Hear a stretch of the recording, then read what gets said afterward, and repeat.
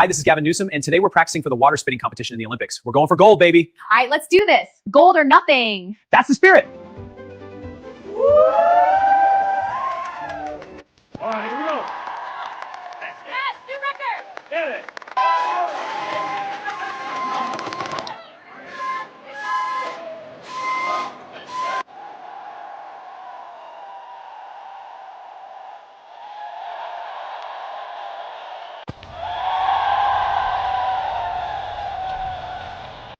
Whoa, you got me. Oh my gosh, I'm so sorry. Whoa, right in the face. Bullseye. My turn next.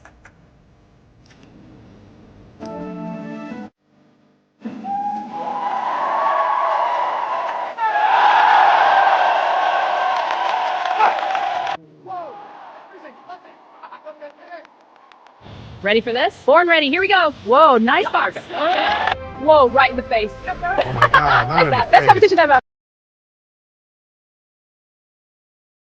Not in the face. Oh no. Oh, that's gross. Oh, sick, disgusting. Keep it coming, boys. Comes up with this stuff.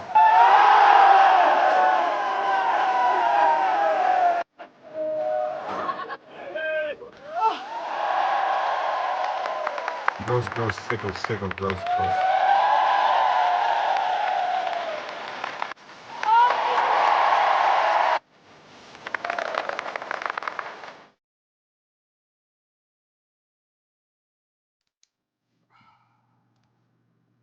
That was quite disturbing. Well, good evening, everybody. Happy Wednesday night. Happy hump day, as they call it. Some places, sometimes. Can everyone hear me? Why is it not coming on that? I hope it's working. Anyway, I want to thank everybody who's here. My name is Jim. I'm going to tell you some news. Might not like it, might not. Might not be what you're interested in. I don't really know, but we'll see. Anyway, and oh crap, and I did not. Well, I guess I'm going to start it late. I totally forgot. I'm totally screwed up everything. I didn't start a goal tonight, but oh well. Let me fix this.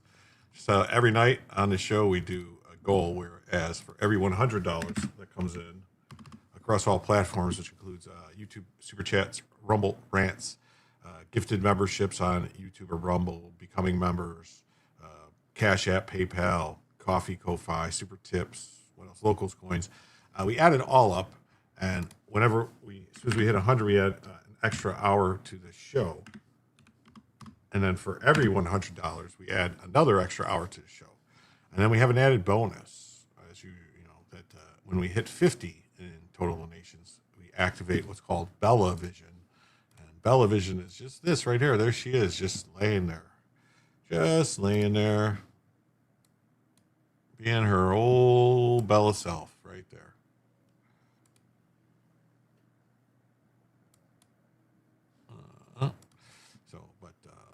Unless, of course, someone gives an individual donation, a single donation of $25 or greater, that would activate Bellavision immediately for the evening. Otherwise, when we hit 50, it's Bellavision for the evening. And that could be anything. That could be like 5 gifted memberships would equal $25, more than $25. On YouTube, it's 30, but on Rumble, it's 25, and that would activate Bellavision immediately for the evening. So, all right, let's see who's here tonight. We've got SB Farmer. How you doing? Great to see you. Kevin's here. Kevin's always disturbed by the time. I don't know. No matter what time it is, he's always disturbed by it. And SB Farmer says that Mike Benz just talked into existence favor bucket. I've heard of flavor bucket. I never heard of favor bucket. Anyway, Snarf, what's up? Great to see you. Salty C says, kids, my 5 are now adults, but they have kids. Yes. Hey, everyone. I'm surprised Jim is on tonight. Thanks, Jim. Oh, Trumpinator. Well, you're welcome. Thank you. What's going on here? Hopefully a good show that you people like. Woodtick Mike says, hello. Oh, he's here too. G Sharkman is here. He says, when the news breaks, Jim fixes it. Well, I don't know if I can fix it. We'll see. What's up? Hey, Dan Gagex, what's up? Are you doing? Terminator says, sick and gay. Yes, quite disgusting. I agree. What the hell is this? Hey, friends, Margie. No. Hey, all great to see you. Exchanging bodily fluid. Hey, I don't know, man. I'm checking into the insane asylum. I had to see that, so it's only fair that you all should have to see that crap, too.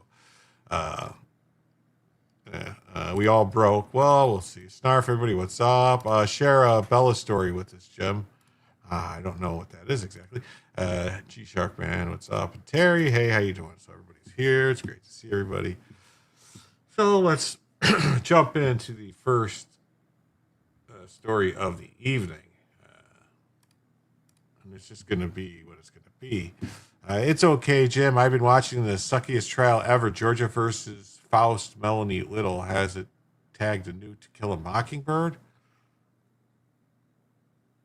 I don't know. Why do I not? I don't know anything about this trial, and I'm gonna have to look into that.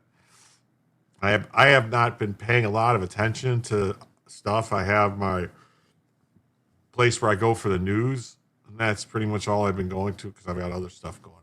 But let's see what this is. This first story of the evening says, panic ensues after Trump orders the CIA to give the 2020 election intel to the Stop the Steal lawyer. Well, Stop the Steal lawyer was the lawyer who was trying to stop the steal of the 2020 election. So kind of, I don't know, kind of on the nose, right? Trump has instructed the CIA and other spy agencies to hand over intelligence related to the 2020 election. A bunch of presumably panicked U.S. intelligence officials told Politico and NBC News. The records are to be handed over to Kurt Olson, now a temporary government employee in the White House, who 4 years ago was involved in the Stop the Steal campaign to determine whether Joe Biden stole the 2020 election via cheating. Oh, where is Rudy? I don't know. Where is Rudy? Rudy.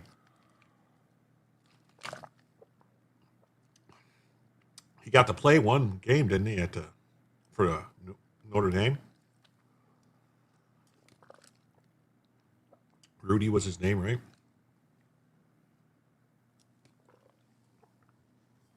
Alrighty. And you know they're freaking out by the way they tell us this.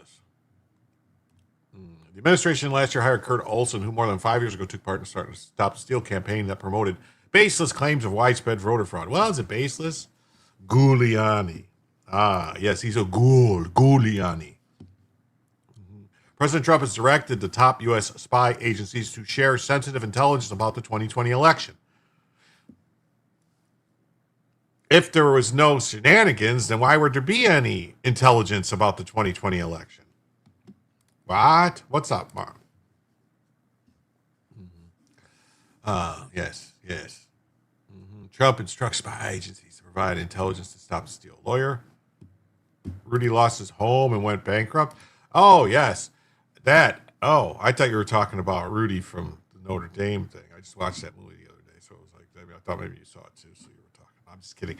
I'm hoping since they did a raid now on Fulton County that Rudy can get all his money back.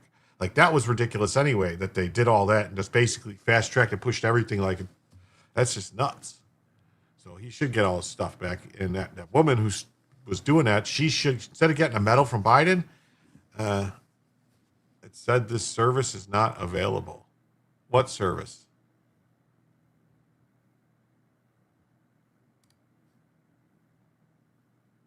What service are you talking about? I don't know. Talking about my stream?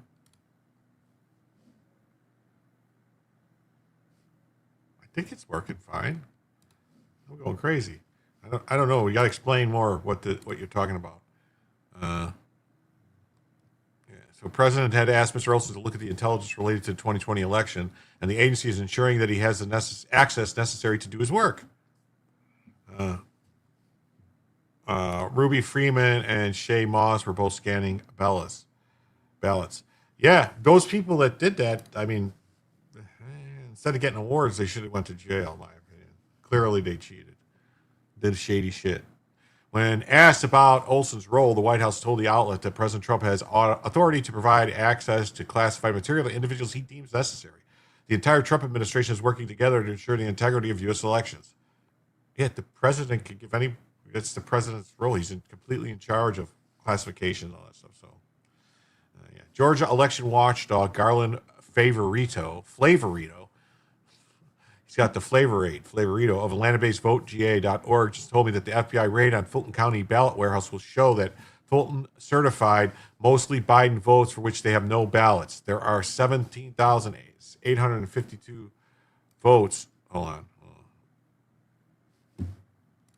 There are 17,852 certified votes for which they have no digital ballot images and likely no ballots. In 2020, Biden's margin over Trump was 11,779 votes.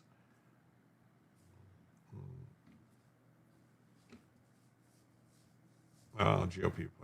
Reminder, they demanded you ignore what happened in Fulton County where the room was cleared at 10:30 p.m. due to a supposed water main break. The people stayed behind as thousands of ballots were pulled from under tables and suitcases and scanned. Yeah, I mean, this right here is evidence of a crime. They kicked everybody else out and started doing this. Where's the observers? Where's all the other people? I mean, this is not supposed to ever happen.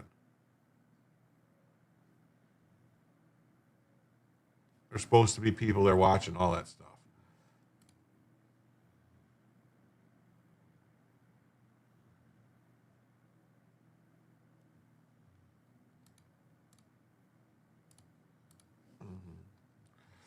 The administration did not specifically respond to questions about whether Olson was focusing only on the 2020 election or possible security threats to future elections. They're on video. They shut down the AI, the election center, and claimed, yep. Yeah, they threw out the observer so they don't observe. Yeah. All of that should have been a clear sign that there was an issue, a problem, that something did not. What was that opening video? And F. Massey, we will now resume your regularly scheduled broadcast. Well, that I saw that and I went, oh, this has got to traumatize more people than just me, because I was traumatized by it. Like, I don't know. You got ahead of me. The freakout comes as the FBI's recent search of an election center in Fulton County where they seized ballots from 2020. Check out over political decision to provide some of the government's most sensitive spy material to Olson is unusual, given that he has no known experience working with the U.S. spy community. Yeah, Republicans did jack shit about all this. I think the Republicans in Georgia were involved in it. And they knew they knew the shenanigans that they were doing, maybe, possibly. Yeah, so the first person that said Olson had passed a background check and a polygraph exam. It is not clear how close Olson is to completing his report on the 2020 election. Sorry. Intelligence analysis is supposed to be nonpartisan, and it appears Olson's views on electoral fraud. Listen to this scam. Intelligence analysis is supposed to be nonpartisan. What happened in 2016? The Russia collusion hoax, all that partisan shit that was purposely put to target Trump and cover up the crap Hillary was doing. They knew it was political, and they did it anyway. This lie that they kind of put out here and say, oh, intelligence analysis is supposed to be, nonpartisan after the shit they pulled in 2016. Fuck you. Fuck you. Yeah, Brian Kemp. What a piece of... I can smell it from here. This guy has no background in intelligence. So? Olson will find some super classified report and say it's evidence of fraud, but really it's just completely out of context. So they know for a fact, these people that are leaking this, that there's reports saying there was fucking shenanigans in 2020. That's what that is right there. He's going to find some super classified report. So it's super classified, not just classified, it's super classified. Because we don't want anybody finding out that someone said that there was shenanigans in the election. And yet we didn't want to say that because our guy won. But it's supposed to be nonpartisan. It's partisan in one direction, not the other. Yes, that's what it is. They actually had a legislative hearing and were supposed to allow Jovan Pulitzer to conduct a test on the papers, but they didn't. Why not? Somebody should. Maybe the FBI will, not the FBI has them. Super classified, is that like double secret probation? Well, you know what they say. Fat, drunk, and stupid is no way to go through life, son.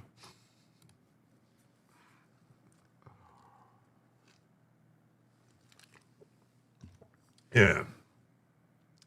I missed that classification in the Navy. They didn't have super classified. They didn't have it. It didn't exist. That must be like double top secret. Olson rose to prominence by working closely with Trump to undermine the results of the 2020 election. Oh my God, stop this deal.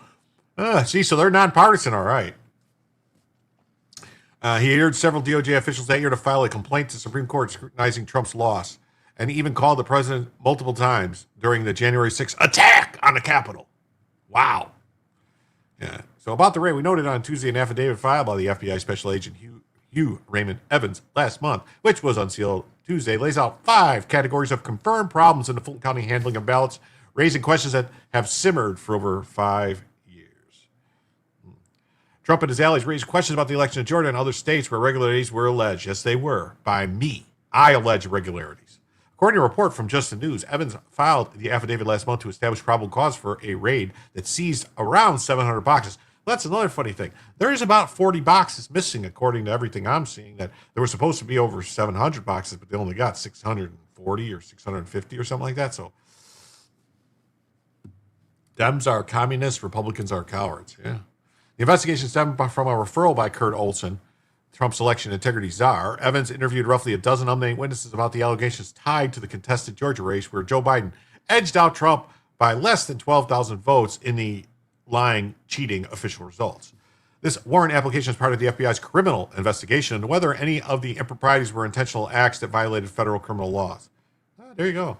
Fulton County admitted it lacked scanned images of all 528,000 ballots counted during the initial count and of the 527,000 ballots tallied during the state's first recount.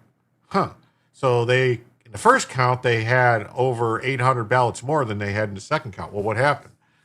Double scanned ballots, maybe, that got caught that time, that didn't get caught the second time because people were double scanning them. County officials also confirmed that during the recount, some ballots were scanned multiple times. Ballot images obtained through public records requests show identical markings appearing on duplicated images. Well, that's not good. That's not good at all.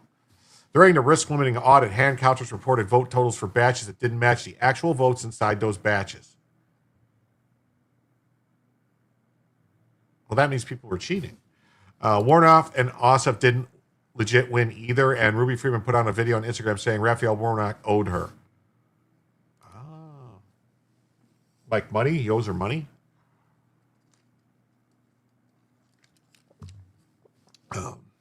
Republicans just don't want to fight, and Dems ram them hard. Yeah, I guess I did. Okay.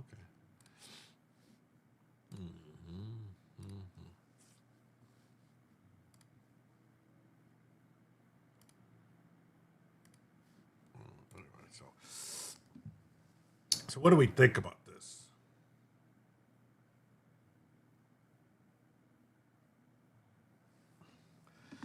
Oh, man. What do we think about this? Well, according to the affidavit, the state's Performance Review Board reported that the Secretary of State investigators confirmed inaccurate batch tallies from the risk limiting audit. For his win, owed her for fixing it. I know. I was just making light of the situation. So,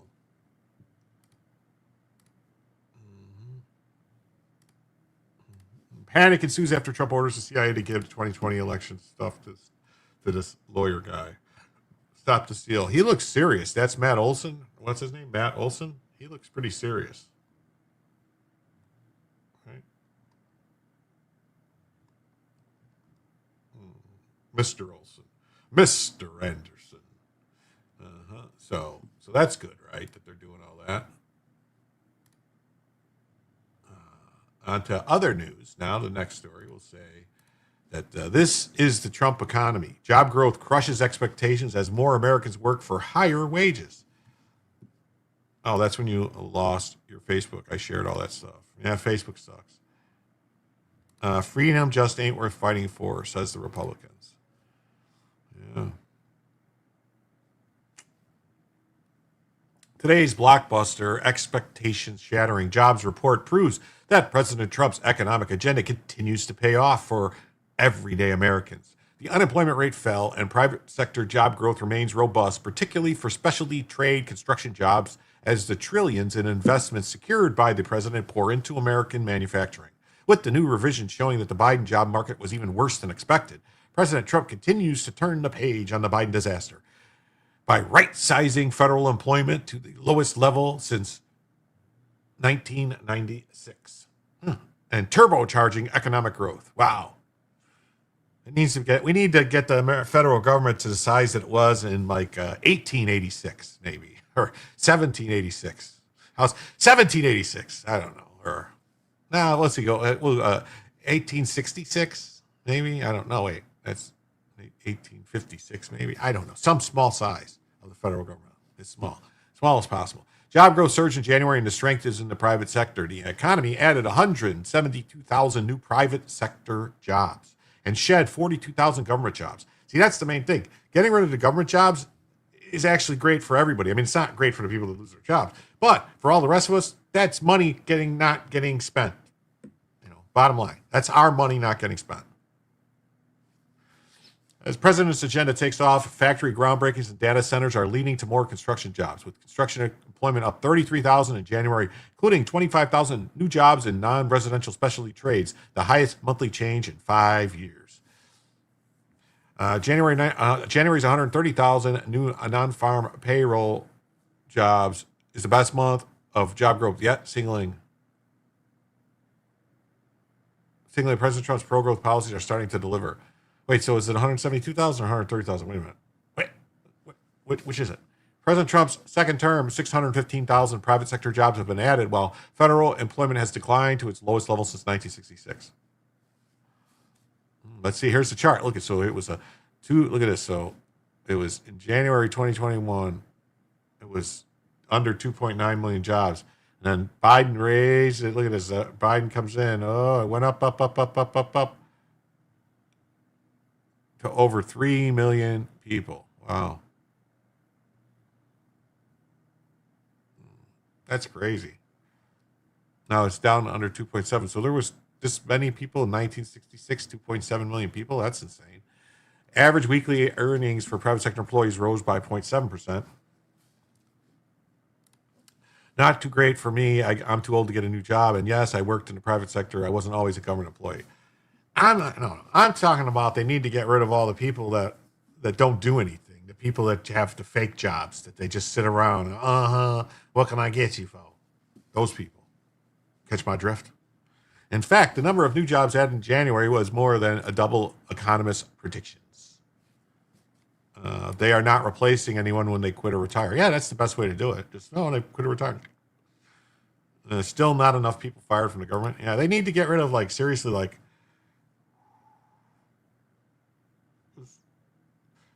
the government. Here's the thing. The federal government, like the executive branch federal government, like, shouldn't have that many people working for it. It shouldn't. A lot of stuff should be contracted out.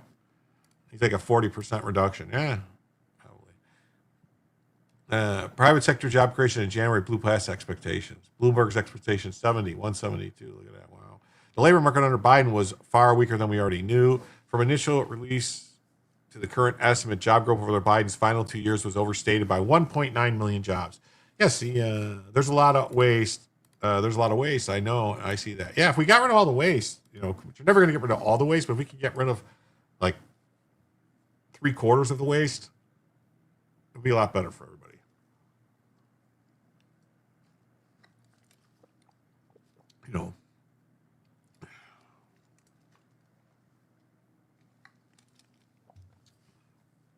And this is, makes you wonder, did they just find a new way instead of the $500 hammer or whatever it was and $10,000 toilet, different stuff they used to spend the money on? Remember when all that stuff came out, which was just a way for them to hide the money in the black budget, to give a public accounting of the money that was in the black budget, and they didn't just come out and say it, that that's what they were doing. They had to pay Skunk Works somehow for the F-117 and for the B-2 development and everything because it wasn't in the open, in different submarines. But they have to develop that stuff and pay for it somehow, and they can't just say this is what it's for because then it's not a secret. So most government forms are available to be filed online with better results and less attitude, in my opinion. Yeah, definitely. I think all government jobs should be contracted out. Yeah, contracted out to the lowest bidder. That's save us money. And then if they don't do the job, then we got to pay some. There are no $10,000 toilets. It's done a different way. I understand the toilets weren't $10,000. I understand that was just a way to hide the money, in the $500 hammers and the nuts and bolts that they were paying like $1.50 per nut and bolt, which they're like a 5-cent product, and they were like 100% markup.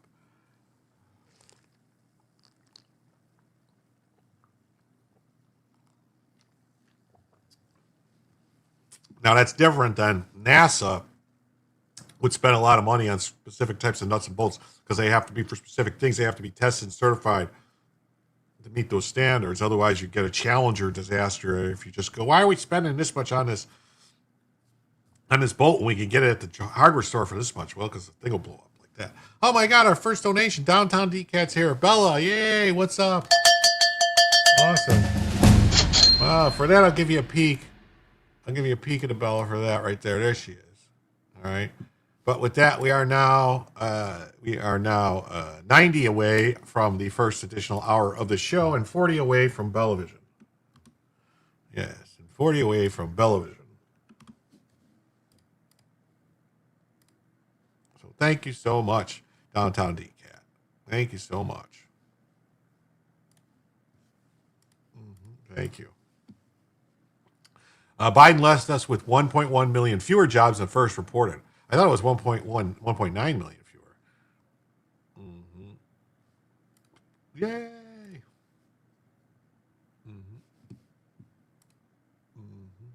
So this is from the New York Post. They just say U.S. employers added 130,000 jobs in January, a strong start to 2026.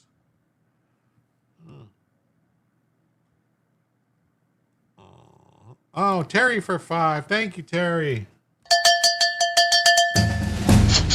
And with that, we are now $85 away from the first additional hour of the show. And 35 away from Bellavision.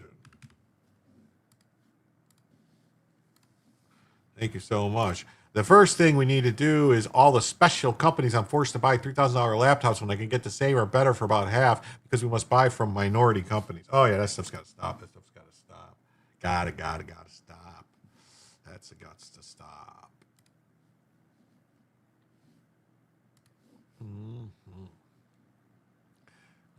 So let's see here. So hiring in January blew past expectations, dashing the hopes of an interest rate cut, likely dashing hopes for an interest rate cut at the Federal Reserve meeting next month. U.S. employers added 130,000 jobs in January, a rapid pickup in pace from December, and far exceeding expectations of 55,000 jobs. Wow, we got a little rally going now. We got G Sharkman for another 5. Thank you. Wow. So with that, we are now 80 away from the first additional hour of the show, and 30 away from Bellavision. Oh, thank you. Oh, so much.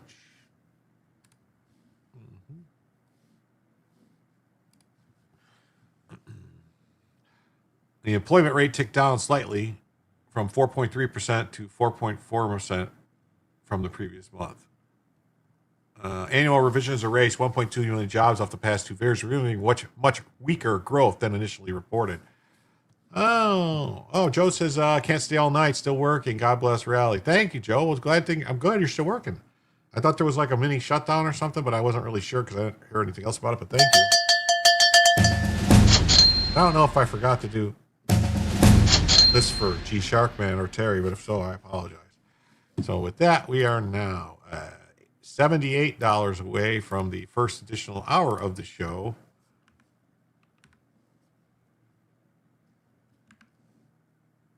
And 28 away from Bellavision.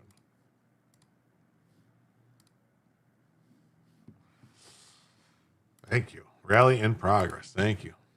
So U.S. employers added just 181,000 jobs last year, down from initial estimates of 584. In 2024, the country produced 1.2 million jobs, not 2 million, according to the Labor Department. The report, which was delayed from Friday due to partial government shutdown, is the first hint into this year's labor market. After 2025 market's the slowest year for growth since 2009, and not counting 2020 during the pandemic. Wow. Wow. So we got Trumpinator for 8. Thank you, Trumpinator. Wow. So that's going to even it up there at 70 away from the first additional hour and 20 away from Bellavision. Wow. Thank you so much. So much. Yes. Rally. You're writing code for work. Have not done it in years. Need to rest. My eyes are hurting. Is it Morse code?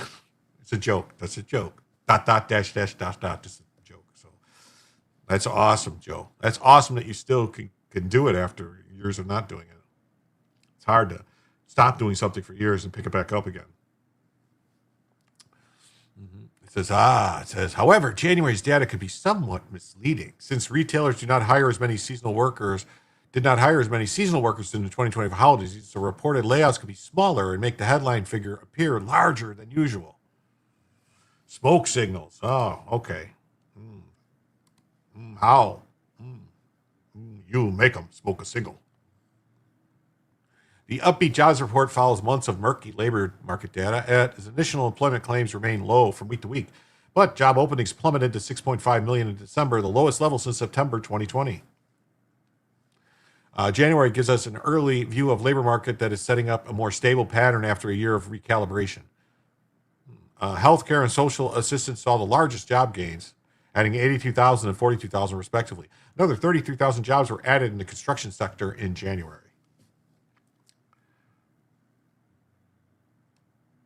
So federal employment continued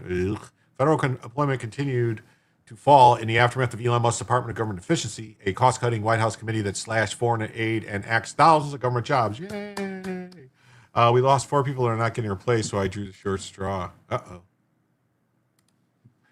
And a positive sign for labor market, the labor force participation rate for those aged 25 to 54 considered prime working years jumped to 84.1%, the highest level since 2001.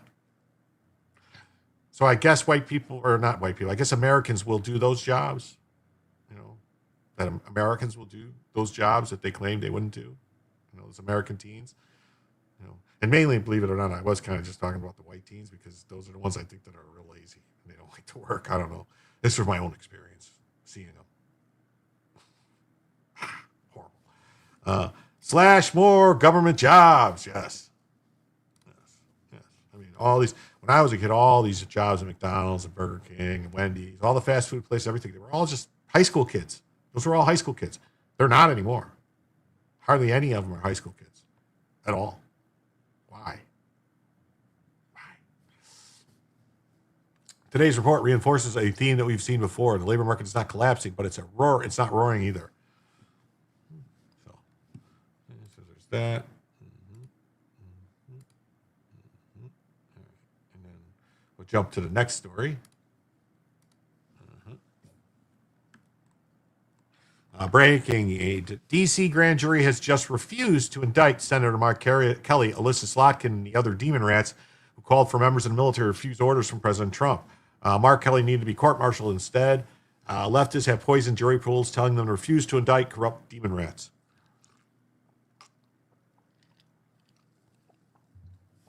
Could be a problem. Could be a problem. This is a green light for more Democrats elected officials to get away with crimes in blue districts. A really bad precedent is being set. We're not going to watch the video again, but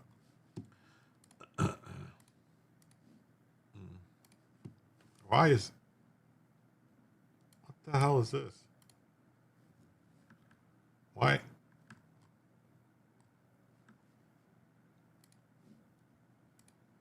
is this? I have ad blocker. Why isn't it working is the question. D.C. grand jury declines to indict the seditious six.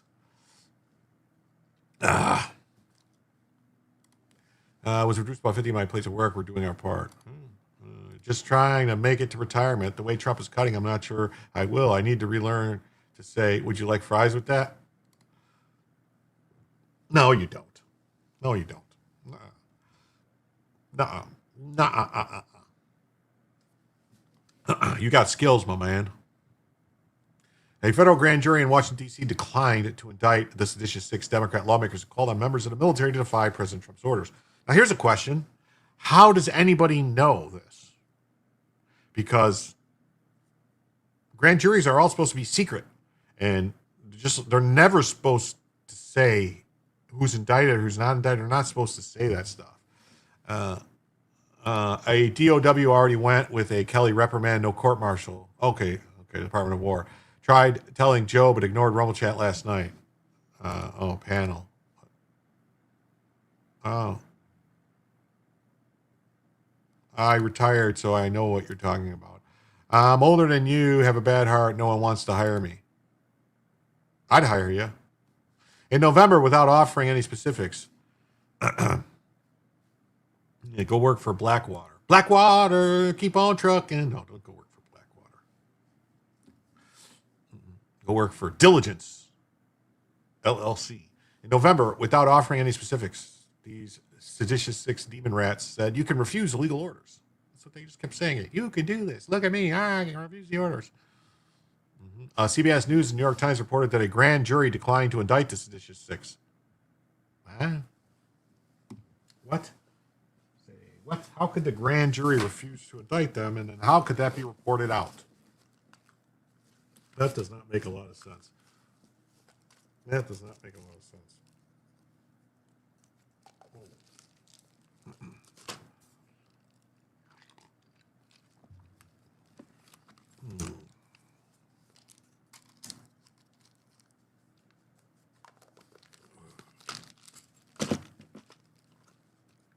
Sorry, I forgot to take my pills. And Joe, I wouldn't say you have a bad heart. You have you have an awesome heart. You show it every day when you're here in the chat. A federal grand jury on Tuesday refused to indict the seditious six who drew President Trump's ire last year by taping a video telling members of the military to reject his orders. The Democrat lawmakers are the latest Trump foes that the Justice Department has sought criminal charges against after lawmakers' video, and the president called their comments seditious and demanded that they be arrested and put on trial. Would be nice, wouldn't it, if somebody would be held responsible, accountable? Wouldn't it be nice? The news of the declined indictment was first reported by the New York Times. Two sources who were briefed on the matter told CBS News the Justice Department sought to charge the lawmakers under a criminal statute, 18 U.S.C. 2387. Democrat Rep. Jason Crow, I think it is, not Crown, lashed out at the Trump administration after a grand jury declined to return the indictment. If these efforts think they're going to intimidate us and threaten and bully me into silence, and they're going to go after the political opponents and get us to back down, they have another thing coming. The tide is turning, he said. It should be turning on them. Shock and awe, yeah. Trump and I was recruited by them in Baghdad, but they were doing things I didn't agree with at that time, and I instead did something else in the States with the stolen land reclaimers.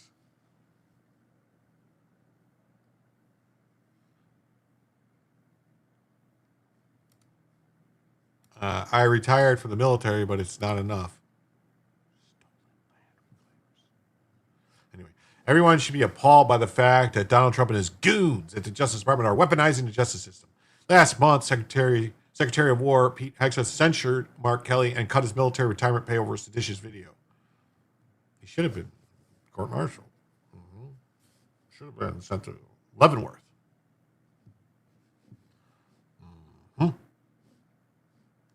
I mean, illegals. Okay, I get it now. Now I get it. I thought for a second, you were talking about the college kids. That's what I thought at first. Legal insurrection. Grand jury refusal to indict the Democrat seditious 6. February 11th. 3 p.m. Washington, D.C. grand jury refused to indict Democrat demon rat lawmakers for making a video urging sedition. I retired from Ford. It's not enough. Really? My brother works for Ford. He's a plant electrician for Ford. I believe. Anyway, I don't know. He tells me he'd get me a discount if I want to buy a car, but I don't really drive Fords. Try existing on SSDI. Oh, I know. Believe me. I know. They used to have good retirements.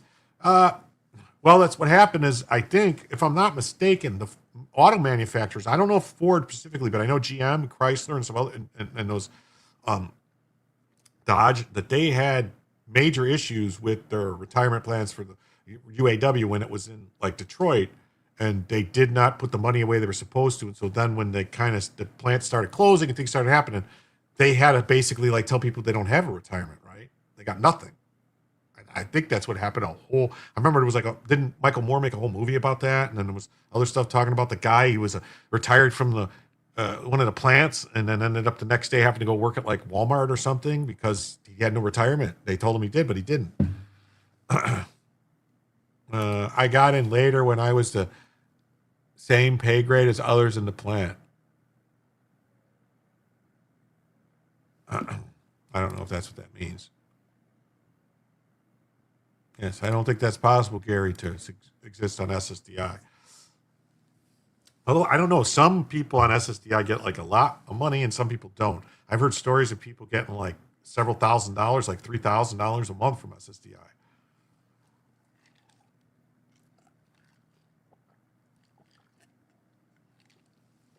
But I think that's if they have like odd wage, or none of that money went to NGOs or vote buying. Some of it probably did, unfortunately. The government and courts did not reveal the charges or which members were named in the indictments. These are the lawmakers in the videos. So, wait. The government and the courts did not reveal the charges or the members named in the indictment. You have been losing the use of your left side since 1994. Oh my God, Gary, that's horrible. Is it like a stroke or is it a neurological thing? Something like that, like MS type of thing? Or that's horrible. The union screwed my dad too. IAM's aim sucks. They squandered retirement money on union management salaries. F them. Yeah. Like I was in a union. I was in the IBW Local 134. I can't complain about my retirement or anything. It is what it is. I will say that the union officials are in it for themselves, and they get their money for themselves, and all the stuff they do is for themselves. They all end up working for like, some some big in some like think tank or something in Washington when they leave, working for they're basically Democrats. They're just Democrats, but instead of in politics, they're still politics, but control the union politics. So they're still Democrats controlling the union type of thing. So it's a whole messed up thing. And the only good thing is that because that union has so many different employers. There's thousands of employers that are all, have people that are in the union working for them. So the union, they had to basically like monitor the money and everything. So like the pension plans and stuff are watched, and we get reports claiming what's in there every year. And I know they lend money out for construction and stuff like that. So, and they don't really state what that is, but the money's supposedly there. And every year we get a raise in our pension, and the money's there. The first mistake was charging a DC course. The second mistake is not abolishing the DC course. Yeah, that's what they need to do. A stroke, old injury came back to haunt me. Oh my God, that's horrible. That's horrible. I got abolished school budget in California. What? I got abolished school budget in California. Sedition is defined as incitement or resistance to an insurrection against lawful authority. However, people can face charges under seditious conspiracy if two or more people in the state or territory or any other place subject to jurisdiction of the United States conspire to overthrow, put down, or destroy by force the government of the United States, or to levy war against them, or to oppose by force or authority thereof, or by force to prevent, hinder, or delay the execution of any law of the United States. Delay the execution of any law of the United States, or by force seize or take any property of the United States contrary to authority thereof. So, and by property, that means land and anything. They abolish the budget and get rid of you when you get old. Oh my God, that's horrible. So congressional members can try a color revolution, and where it's DC, nothing happens. It looks like laws do not expire. Yeah. Alyssa Sluttykins wrote that Janine Pirro targeted her, but today wasn't just an embarrassing day for the administration. It was another sad day for our country. Because whether or not Pirro succeeded is not the point. It's that President Trump continues to weaponize our justice system. And it will stay that way in the lack of cojones by the Republicans. Yeah, unfortunately. No matter what President Trump and Pirro could do screw Sluttykins. Administration is pitting our uniformed military and intelligence community professionals against American citizens. Well, that sounds like an illegal order right there. You can refuse legal orders. Repeat. Nobody has to follow legal orders. Blah, blah, blah. All military orders are presumed lawful. The burden falls on the service members to establish that the order is manifestly unlawful. This is a high standard, and hesitation or refusal can carry serious consequences, even ultimately justified. Biden didn't weaponize it. Biden weaponized it. Obama weaponized it. Clinton weaponized it. Jimmy Carter weaponized it. JFK weaponized it. LBJ weaponized it. Truman weaponized it. FDR weaponized it. Eisenhower weaponized it a little bit. So did Nixon. Holy crap. Well, as for pay for play, Pam Blondie, she just being a deep state team player, the rest of the feckless Republicans just enable her treason. Because of the legal complexity, service members should consult with legal counsel as soon as they suspect an order may be unlawful, but do not disobey an order without first seeking guidance from a qualified military attorney unless the order is clearly illegal on its face. Like it's written on its face, illegal.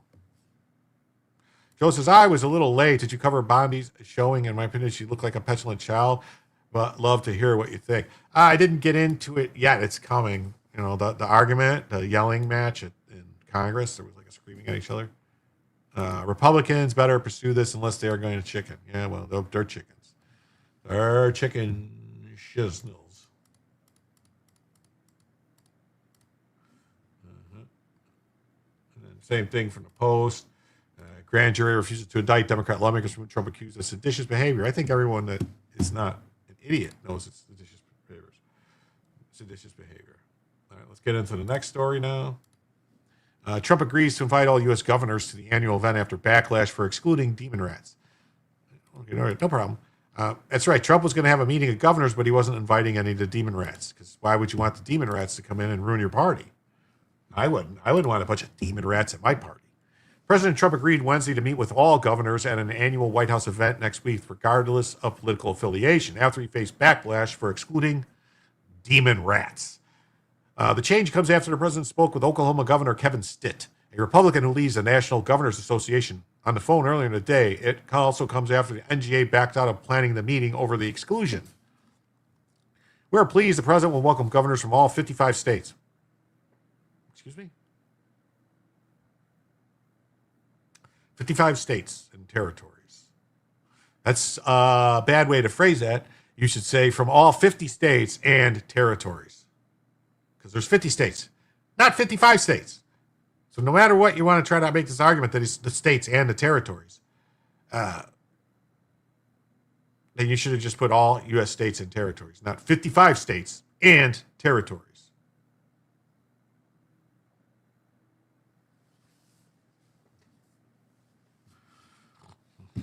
AI, I guess. The bipartisan White House governors meeting is valued, tradition, and an important opportunity to build bridges and hold constructive conversations. You don't build no bridges like they build. The NGA looks forward to continued collaboration between governors and the White House. The White House meeting will be part of a 3-day summit in the nation's capital that will take place from February 19th to 21st. Demon rats want more states. Yes, they do. Enjoy the next 3 years because if JD doesn't get in, it's Biden 2.0 on steroids, the end of the republic. Nothing Trump has done is codified, so it goes poof in 2029. Pat Hacker, Jim is actually live. Jim is actually live. I was a little late starting tonight, so I don't know. But Joe is streaming, and I did request a raid from Joe, so if he remembers, then we will have a raid from Joe. So we'll see.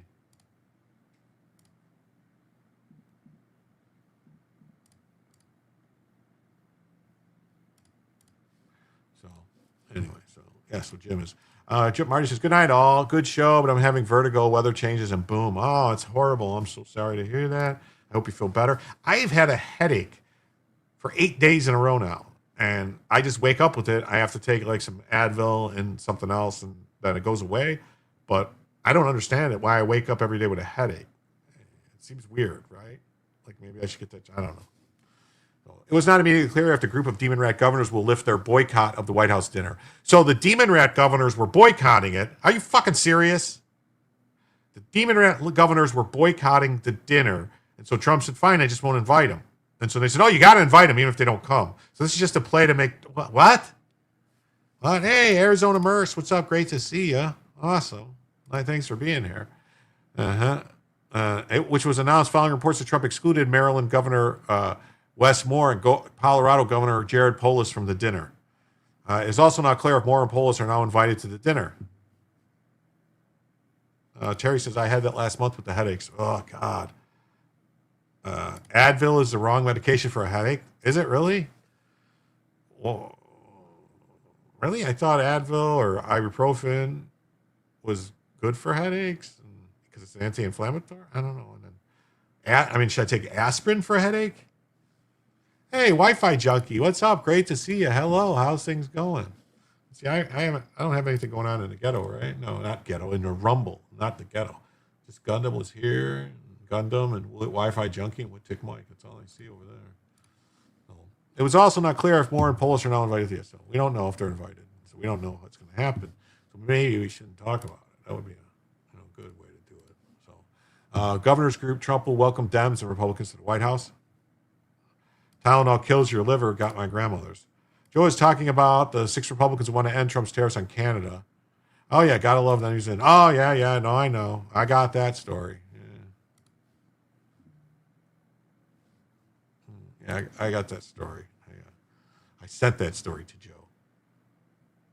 You're welcome. So the Governors Association said the governors from both parties will be able to attend the meeting. Well, will they show? No aspirin, you need Tylenol. It's not inflammatory. Oh. Okay. All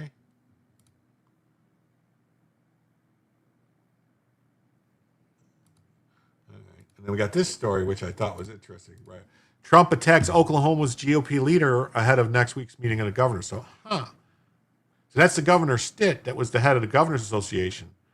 So he attacked them, probably because he said, you got to invite them, even if they're not going to come. So President Trump attacked the Republican leader of the National Governors Association on Wednesday as tensions mounted between the White House and a bipartisan group of state leaders ahead of an annual meeting next week. In a social media post, Trump blasted Oklahoma Governor Kevin Stitt, a Republican in name only, as a rhino. Trump said Stitt incorrectly stated my position on the very exclusive governor's annual dinner and meeting at the White House. The dispute centers on whether Trump would allow governors from both major parties to participate in a full range of the White House events, which typically includes business meetings and meals. In a letter to fellow governors on Monday, Stitt said the NGA was informed the White House planned to limit invitations to the business meeting to Republicans. That prompted a fury outcry from Democrats, who said they wouldn't participate in the meal if they weren't fully included at the business meeting. Trying to cheat with AI, run the code, it does not work. AI is not ready to take over for the world yet. Yeah, well, a bunch of people I know that write code said they use AI to write it, and then they just have to go through and check it and fix the mistakes. So they said it might be faster than writing it yourself, but finding all the mistakes sometimes takes longer. So, but Wednesday, Stitt connected with Trump on the phone and followed up with an email to fellow governors.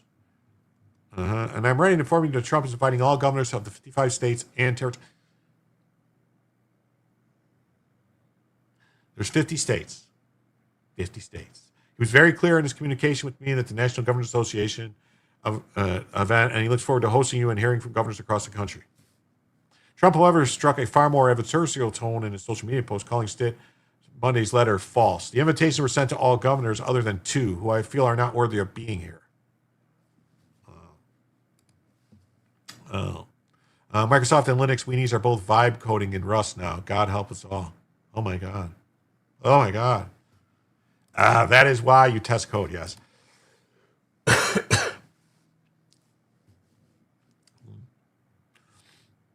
Has anyone been playing Arc Raiders? Rust is not a game I really got into, but Arc Raiders seems kind of cool. Kind of like it. I look forward to seeing the Republican governors and some of the Democrat governors who are worthy of being invited, but most of whom won't show up. It's okay. Obama has visited 57 states. Yes. Yeah. Following Trump's post, Random Tatum, the NGA's chief executive, stood by the group's timeline of events.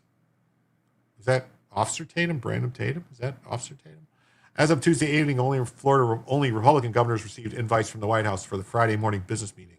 We are hopeful that we can have constructive bipartisan dialogue with the president during this session. Continuing the tradition of business meeting is an important step towards bridge building among parties. Well, when they keep trying to plant C4 on Trump's bridges and blow them up, because that's what they do. They want to blow up Trump's bridges.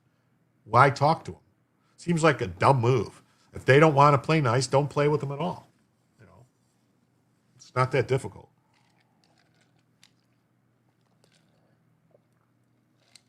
It's really not. It's really not that difficult. Is it? For now, it's unclear how many demon rats will show up at the White House. Some, including Newsom of California, said they didn't plan to attend the meetings. Others, such as Governor Ned Lamont of Connecticut, signaled they would participate. The White House Press Secretary Carolyn Leavitt said Tuesday that Trump has discretion to invite anyone he wants to the White House. Yeah, the spat is a reminder of the challenge facing bipartisan and nonpartisan organization in Trump's Washington. Oh, yeah, it's all Trump's fault. Sure, it's all Trump's fault. That these people are fucking deranged lunatics and want to put them in prison. Yeah, it's all Trump's fault. Yeah.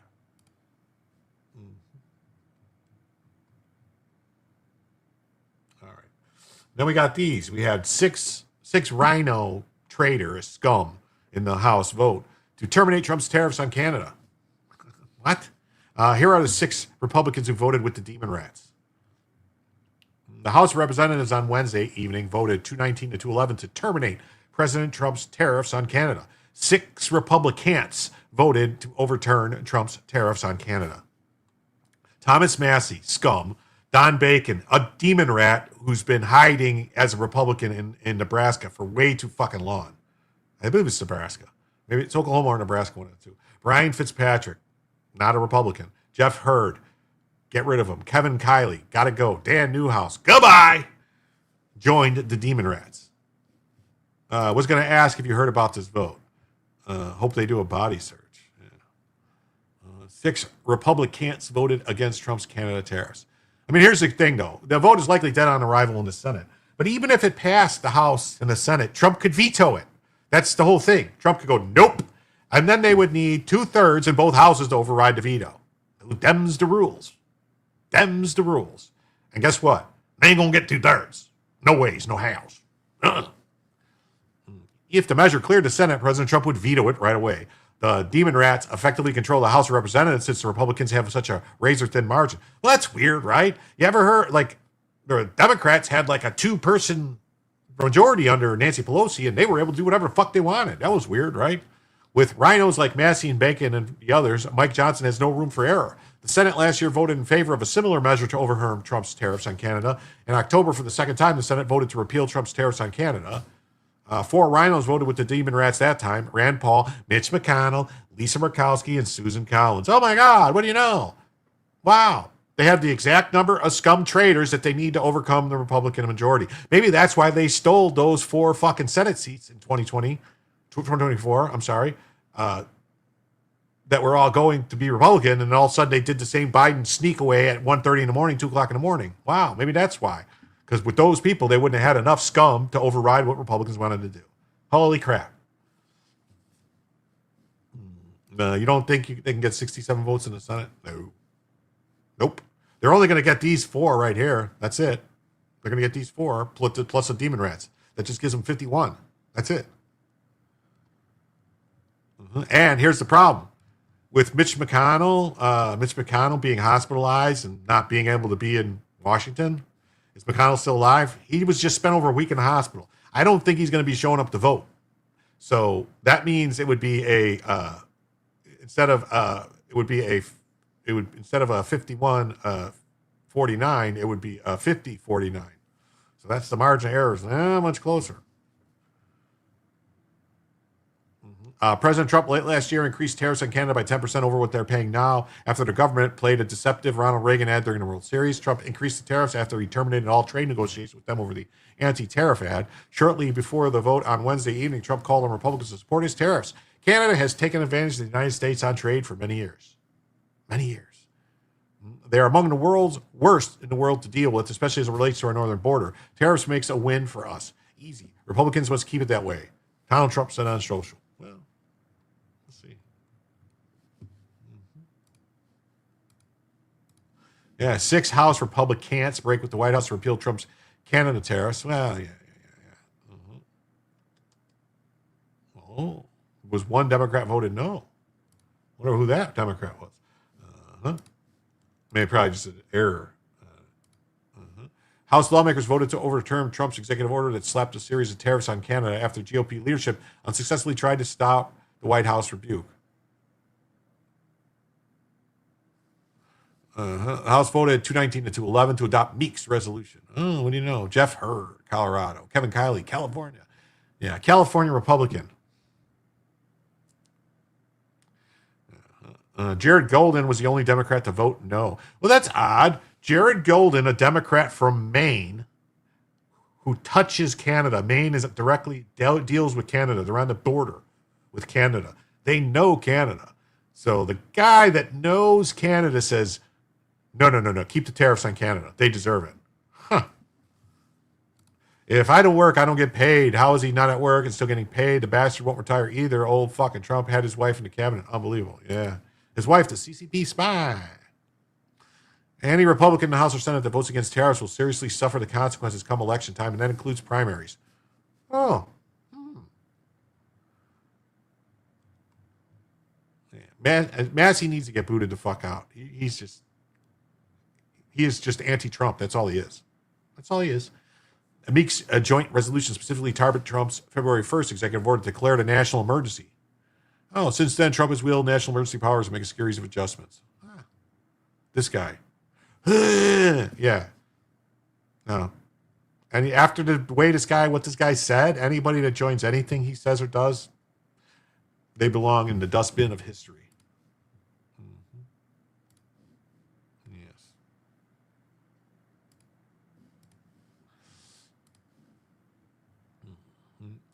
President Trump has beef with Canada throughout his second term, famously bringing the northern neighbors former Prime Minister Justin Trudeau to tears. GOP leadership attempted to spare Trump from a symbolic blow by leveraging a procedural step known as a House rule to block future votes aimed at spiking the president's tariffs. Ultimately, they failed when 3 Republicans, Massey, Kiley, and Bacon, defected to kill the rule in a 217-214 vote. Oh, what do you know? Massey, Kiley, and Bacon. Huh. The tariffs have been a tool that the president has used very effectively. It has. I will repeat my joke about the GOP comparing a dude stranded on a tropical island with 2 hot women and turned them lesbian.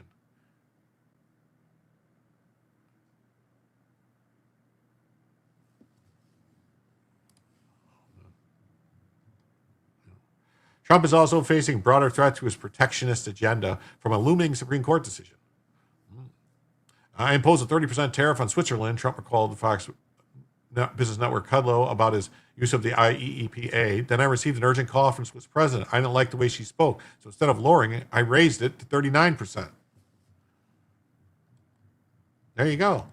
Get it done. That's what you do. That's how you roll when you're running to shit. Yes.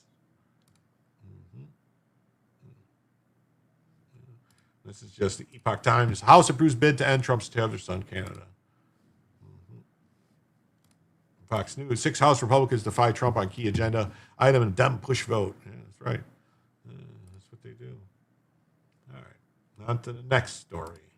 Trying to move it faster, get as many stories, get more stories out than focusing on just one. Pam Bondi explodes at Jamie Ratskin during the House Judiciary hearing in a fiery clash. Washed up loser lawyer. I guess we're going to have to watch it, right? I think this might be it. Grasping is something they can charge their enemies with. We now have concrete evidence of disgusting criminality revealed in the Epstein files. So I really have just one question for you. How many of Epstein's co-conspirators have you indicted? How many perpetrators are you even investigating?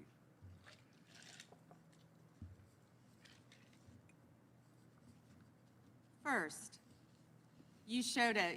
I find it. How many have you indicted? Excuse me. I'm going to answer the question. Answer my question. No, I'm going to answer the question the way I want to answer the question. No, Your you're going to answer the theatrics are question the ridiculous. way I asked it. Chairman Jordan, I'm not going to get in the gutter with these people, How many but have I'm you- going to answer the question. How many have you indicted?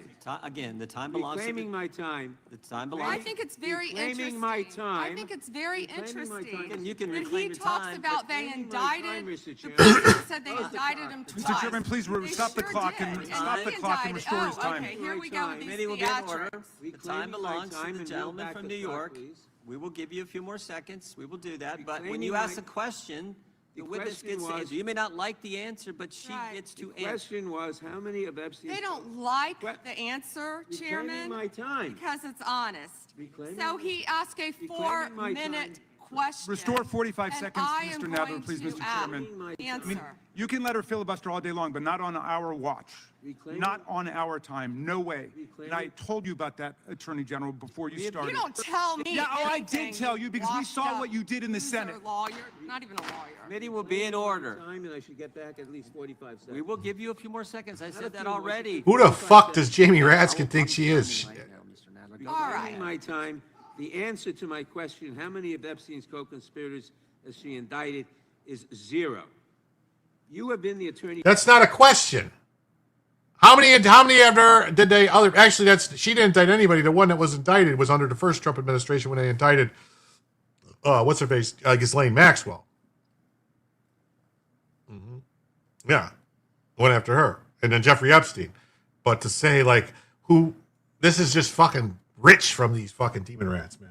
General for a whole year, and your DOJ fired the lead prosecutor of this case, sat on evidence this entire time, and claimed falsely last July that there were no more leads. It took an act of Congress for you to finally release part of the Epstein files, and when you did, you included personal information about the victims while protecting the names of abusers. Time of the gentleman None of has the perpetrators have been expired. brought to justice. The time of the gentleman has expired. That's just crazy. So, Attorney General Pam Bondi ripped House Judiciary Committee Chair, Ranking Member Jamie Ratskin. If they take the House back, it will be this baton times. Yeah, they'll have special hearings. Like the Republicans didn't set up one special committee to do shit. They should have had a special committee going after the last committee. Yeah, Blondie's so horrible. I'm actually more on the demon rat side in regards to her. Bets on Nadler shitting himself when he fell asleep. Well, probably. She started the theatrics. Yeah, she did. Yeah, she did, kind of, in a way.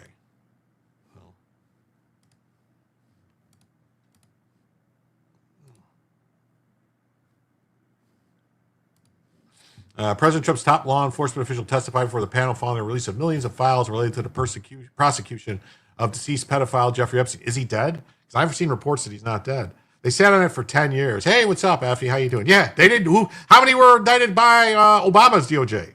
None. 8 years, nothing. How many by Biden's? 4 years, nothing.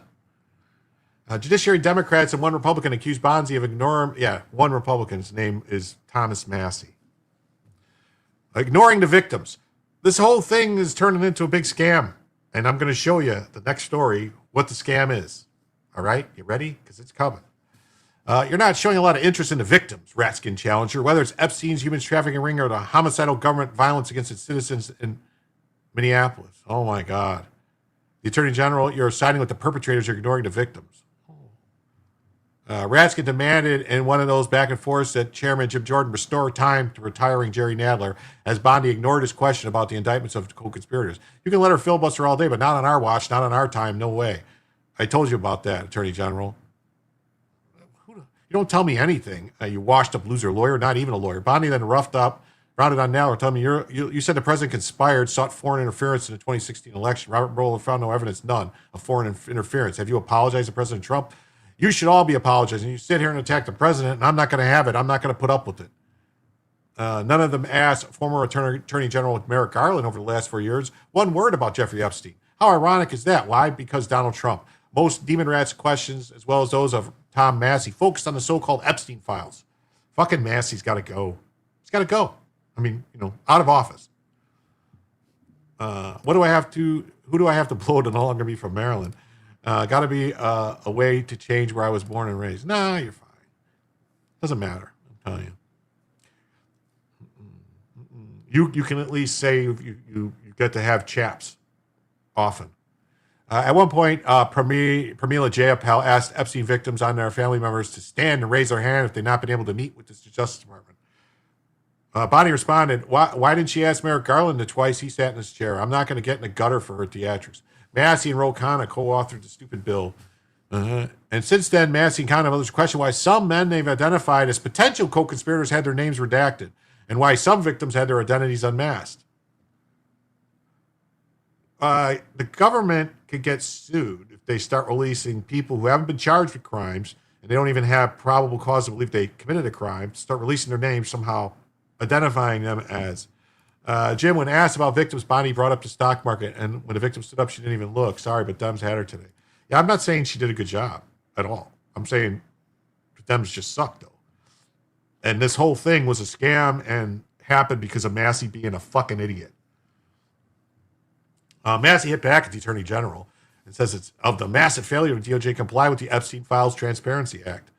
Blondie blew past the line of questioning, telling Jordan that Massey has Trump derangement syndrome and called him a failed politician. The Attorney General used her time to... She's trying to trump these people, but she's not Trump. Okay, including long after he pleaded guilty in 2008, all these demon rats and donors associated with him for years. Yeah, all of them.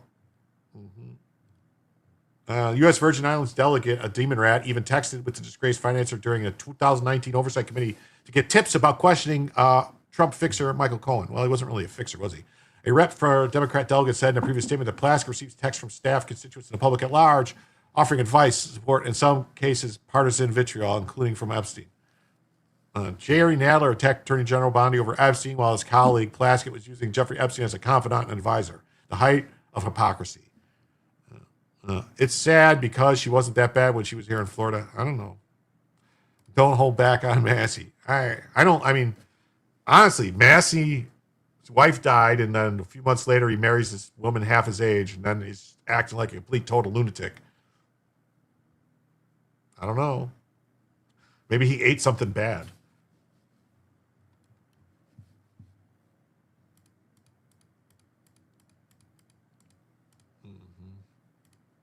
Breitbart.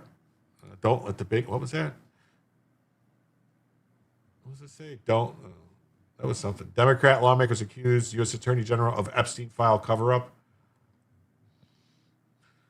The engagement cover-up. So all this stuff is an unforced error. All this is an unforced error by Trump and the Trump administration. They should have just...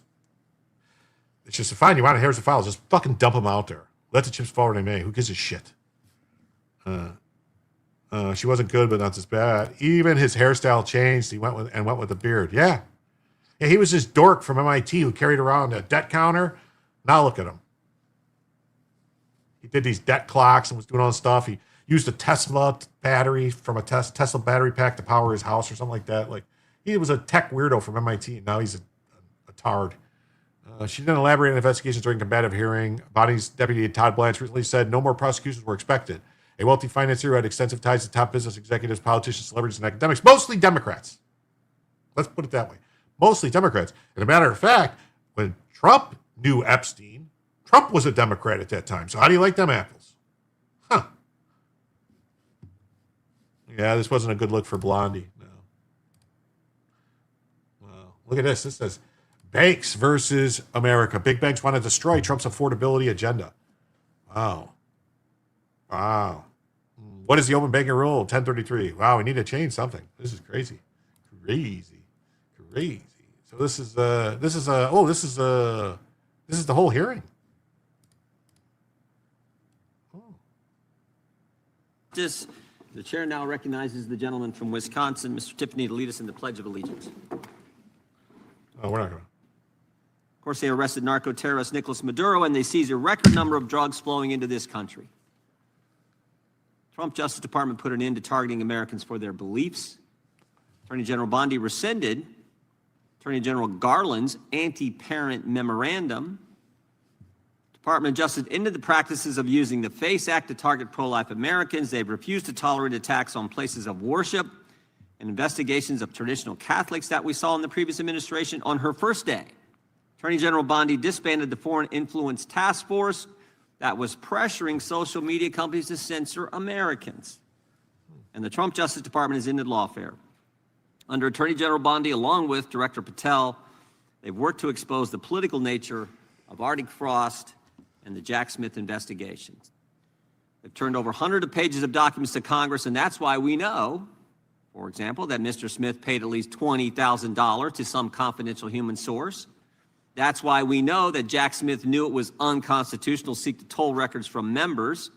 But since the litigation risk was low, and because members would never find out about the subpoena until years later, they charged ahead and violated the Constitution.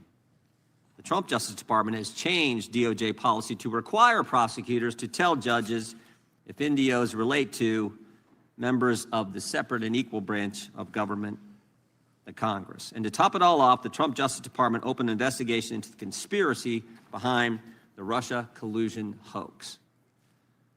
The Justice Department has put common sense ahead of politics. They sued to keep boys out of girls' sports. They secured deals with universities to stop race-based admissions and anti-Semitic practices. And after discovering rampant fraud in Minnesota, the Justice Department, under the leadership of Attorney General Bondi, has established a new National Fraud Division. In fact, I met with Colin McDonald, who will head that division, last week. I think he's going to do a great job. There's a lot of work to be done in that area, but I want to thank the Attorney General for her great work in the first year on the job, and I want to thank you for being here. With that, I would yield to the ranking member for an opening statement. Hey, Dr. Thank you kindly, Mr. Chairman, and welcome Attorney General Bondi. You've got the best lawyer's job in America because your mission is justice and your clients are the American people. But to promote justice for the people, you've got to listen to the victims, like the women seated behind you today. Oh, just immediately. This is just stuff for a fucking scam. So yeah, so that's what's going on with that. So Attorney General Bondi testifies in a hearing and oversight. So that's Epoch Times just had that. But this is what they were up to. This is their whole stay focused on the fraud. Definitely. But this is what their plan was. This is what this was all about. All right. Democrats unveil Virginia's law alongside Epstein's victims to end statute of limitations for traffickers. This is another way they're going to try to go after their political opponents. They're going to have women come out and accuse them. 30 years ago, this guy trafficked me. That's what they're going to do. They changed the laws in New York. Guess who is leading this? Senator Schumer. And Rep. whoever, Liger Fernandez, introduced a law to remove time limits on key trafficking claims, saying survivors should get to decide when to seek justice. Yeah, like when someone's running for political office to ruin them. That's what's going on here, folks. They had a plan, and this was their plan. They're going to use this and spin this, and they come up with a law that they could then go after people. They'll go after Trump and say he trafficked the crazy bitch, the crazy cat lady in Neiman Marcus or whatever it was. In Bloomington, what was it, Neiman Marcus? No, some store, whatever. So there, let's listen to the scumbag talk right now. Well, I want to begin, of course.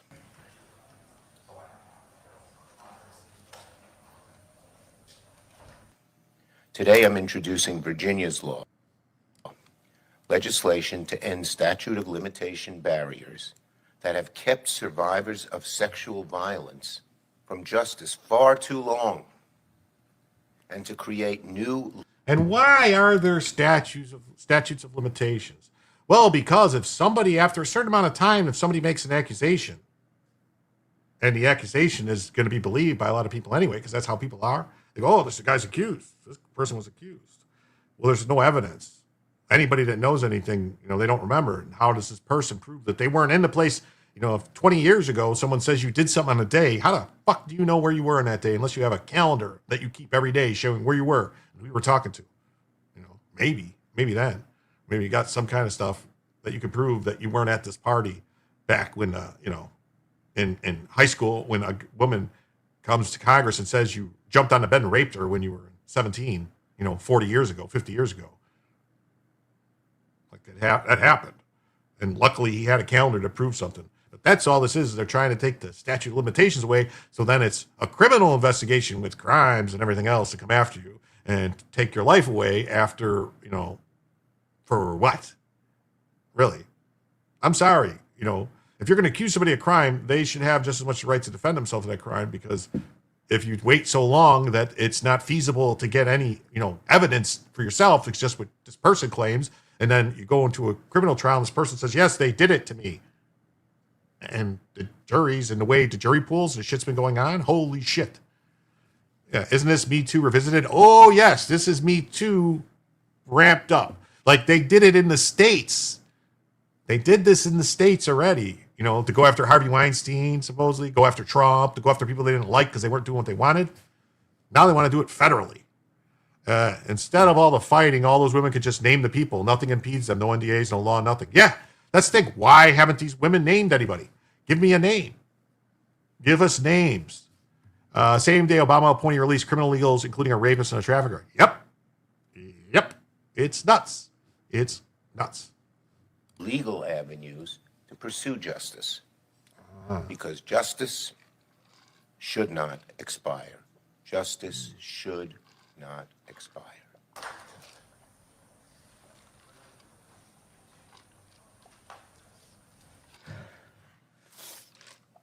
I want to begin with a single word. Nope. Senate Minority Leader Chuck the Demon Schumer and Rep. Teresa Leger Fernandez announced on February 10th legislation that would eliminate statute of limitation barriers for certain federal claims tied to sex trafficking and sexual exploitation, arguing that survivors often need years before they're ready to pursue a case. Why? Why would they need years? At the U.S. Capitol News Conference, the lawmakers were joined by survivors of Jeffrey Epstein's abuse, advocates and relatives of Virginia Roberts Giuffre. They said the bill named Virginia's law after Giuffre is meant to prevent abusers and those who enable them from avoiding accountability because the time runs out on current laws. Who abused Virginia Giuffre? Didn't she retract all the claims she made? I mean, I think she even retracted the claim she made against Prince Andrew. Right? Am I right about that? I swore she retracted. The bill's full scope was not immediately clear because the text was not publicly available. Oh, that's great. We gotta pass it first, and then you can read it. The Federal Bureau of Investigation noted last year that the statute of limitations in sexual assault cases vary widely by jurisdiction and by whether a case is civil or criminal. That same conduct can trigger more than one legal forum. In some situations, the FBI bulletin says a state case may be time barred, while a federal case may still be viable. Of course, he can say that. No one F's him or wants to. Schumer is shit. Schumer opened by acknowledging the survivors in the room. How much money did Schumer get from Epstein over the years? Does anyone want to look into that? I guarantee he got a ton of money, being from New York and all. If they are concerned about naming them directly, Massey already bloviated he would do it from the House floor. No excuses. Yeah, but Massey hasn't either. Massey says, well, why haven't you done anything about these alleged, maybe they possibly might have been co-conspirators? These names. Like Massey, what, just wants a witch hunt? You know what, I'm actually wondering, does Massey have connections to Epstein? Because Epstein had connections to MIT, and Massey went to MIT. They're around the same age. Huh. That's weird, right? Maybe there's a connection there. Today, we are here to do something simple and long overdue. Today, I'm introducing Virginia's law legislation to end the statute of limitation barriers that have kept survivors of sexual violence from justice for far too long. The statute of limitations is like 10 years, I think, already. That's long enough. Justice should not expire. But what about the right to a fair trial for the person that gets accused? That's why you have statute of limitations.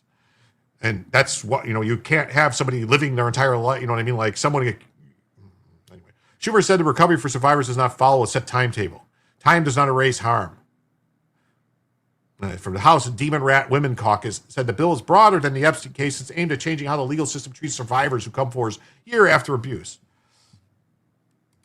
If they are concerned about naming them directly, oh yeah, I saw that. Never mind. She said the legislation would eliminate the statute of limitations for key federal civil claims.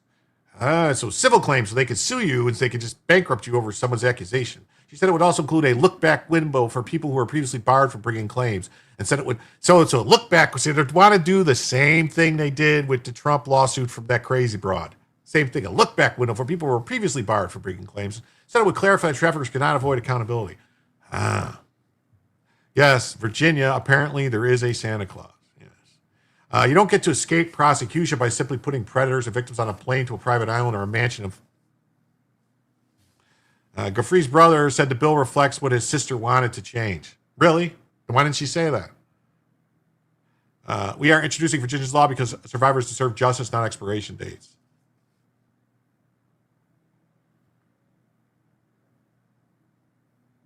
Amanda Roberts, Goffrey's sister-in-law, said cultural shifts are not enough without legal changes. She said trauma can delay disclosure for years. Yeah, trauma. A lawyer for many Epstein survivors said the bill would prevent abusers from weaponizing the clock and allow some... How?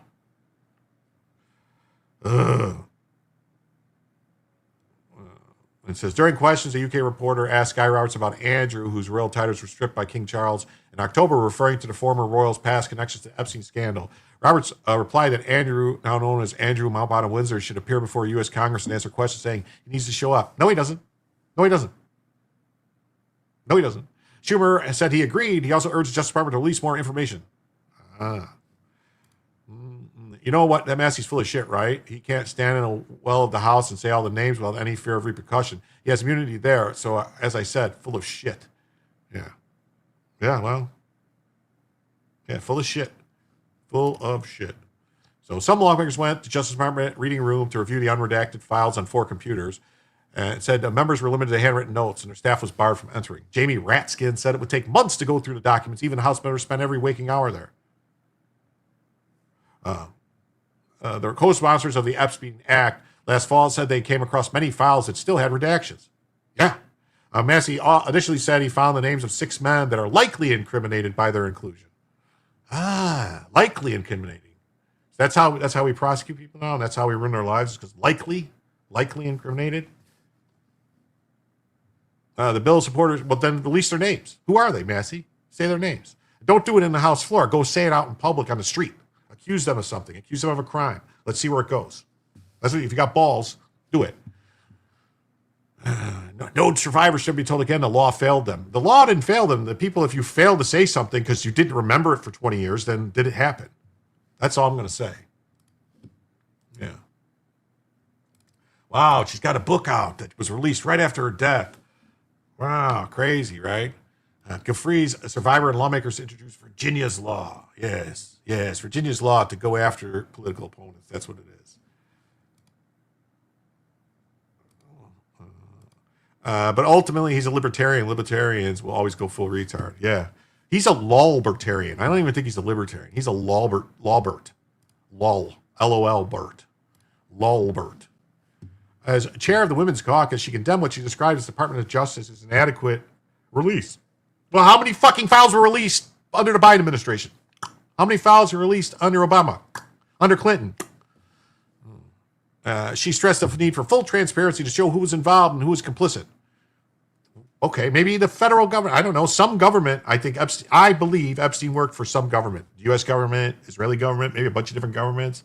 He was involved in the Iran-Contra stuff. I mean, we know all this stuff. It's knowable. The Iran-Contra stuff, where he worked for, what he did, his connections to the arms dealers. What else was he? Who else was he working with? Was he working? Maybe that's why the Clintons knew him. Did the Clintons know him because of the work the Clintons did in MENA, in the airport, with Air America? You know, Mr. McPickle flying in loads from Cartagena. I was a libertarian. Massey is not one. I consider myself a small L libertarian. Like, I just know that, like, if there was completely libertarian, there's no government. Completely libertarian. It means no federal government at all. Schumer said that the most important ad during the Super Bowl focused on the justice of the victims. Ah, yes, the most important ad.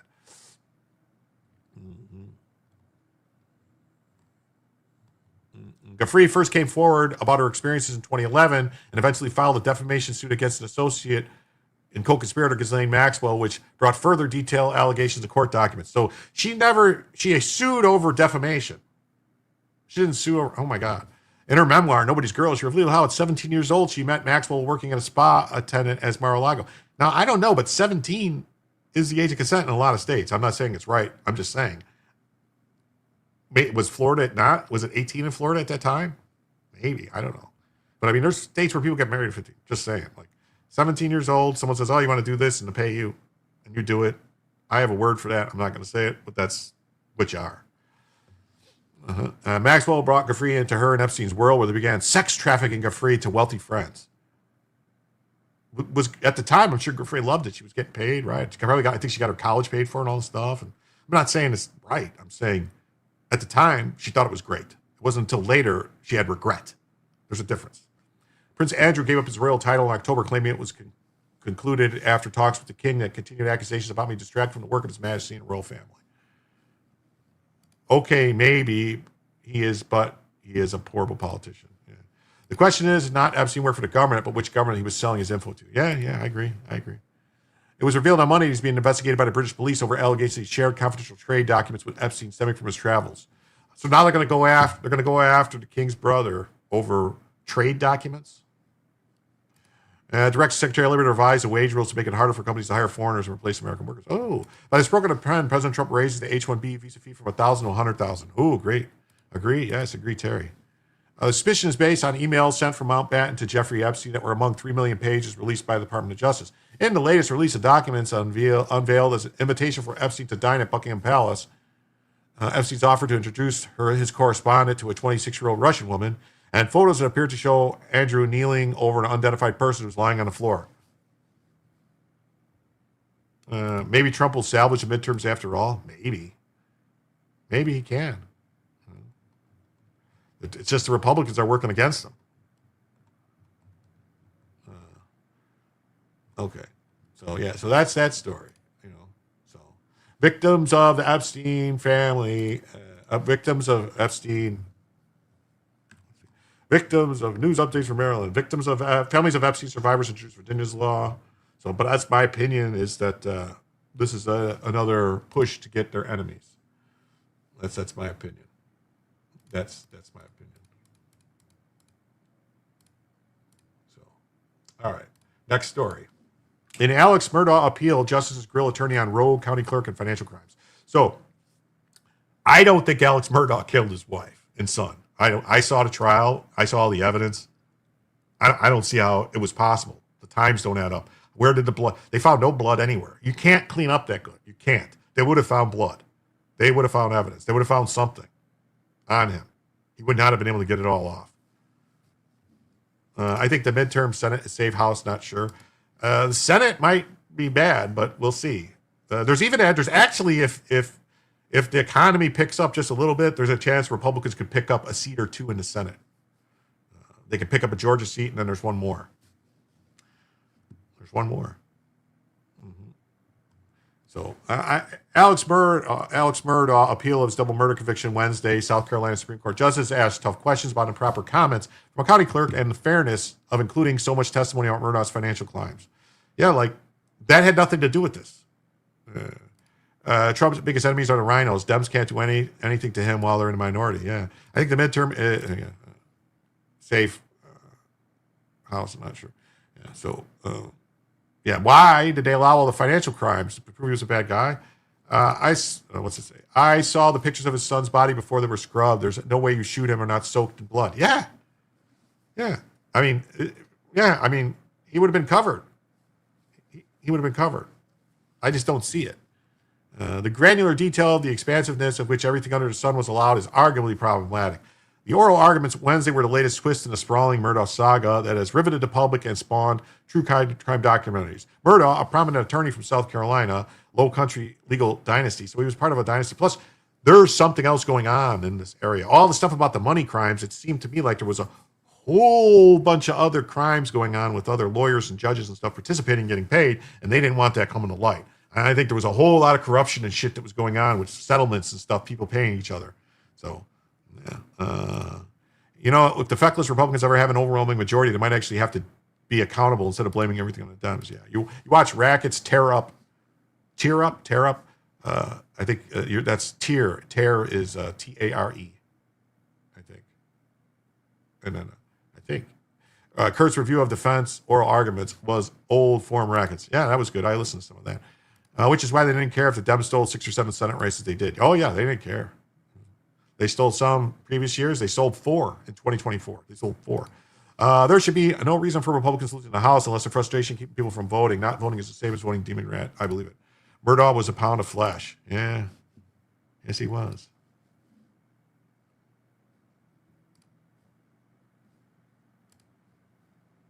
So we shall see.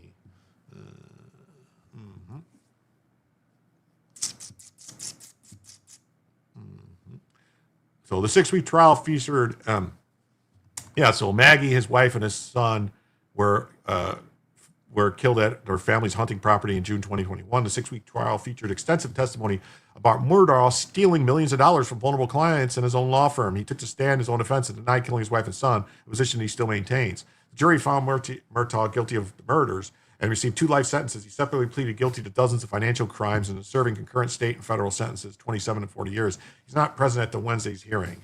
Yeah, you don't get to be there. If you aren't moving the ball forward even a little, the definition you're losing, period. Yeah. But that's the thing, like the conservative, the Republicans, all they do is try to slow down. They're just demon rats driving the speed limit, as Michael Mellis likes to say. That's it. They go, whoa, not so fast. Not so fast. Not ever like, whoa, no, turn it around. It's always not so fast. Why people on the right can't grok the concept boggles my mind. Yeah. Murdaugh's attorneys have appealed his murder conviction, argued he deserves a new trial based on the court's improper comments in the jury, prejudicial evidence, and failures at trial and in the investigation. The state has argued he was convicted because the evidence against him was overwhelming. No, there wasn't overwhelming evidence. There wasn't. What was the evidence he killed his wife? What was the evidence he killed them? There was no blood on him. There was no physical evidence tying him to the murder. He was there. They know he was down there around them 15 minutes or so before they were killed. That's the story. But supposedly he left. And the times and all the stuff, like the movements of the phones and all different things, the different stuff, they don't have him. He left. Something else happened. Maybe they came to, who knows? Yeah. Hey, hump day. Happy hump day, everyone. Thank you, Neurodivergent One. Also be here. Make sure you hit that like, people. Yeah, definitely. So,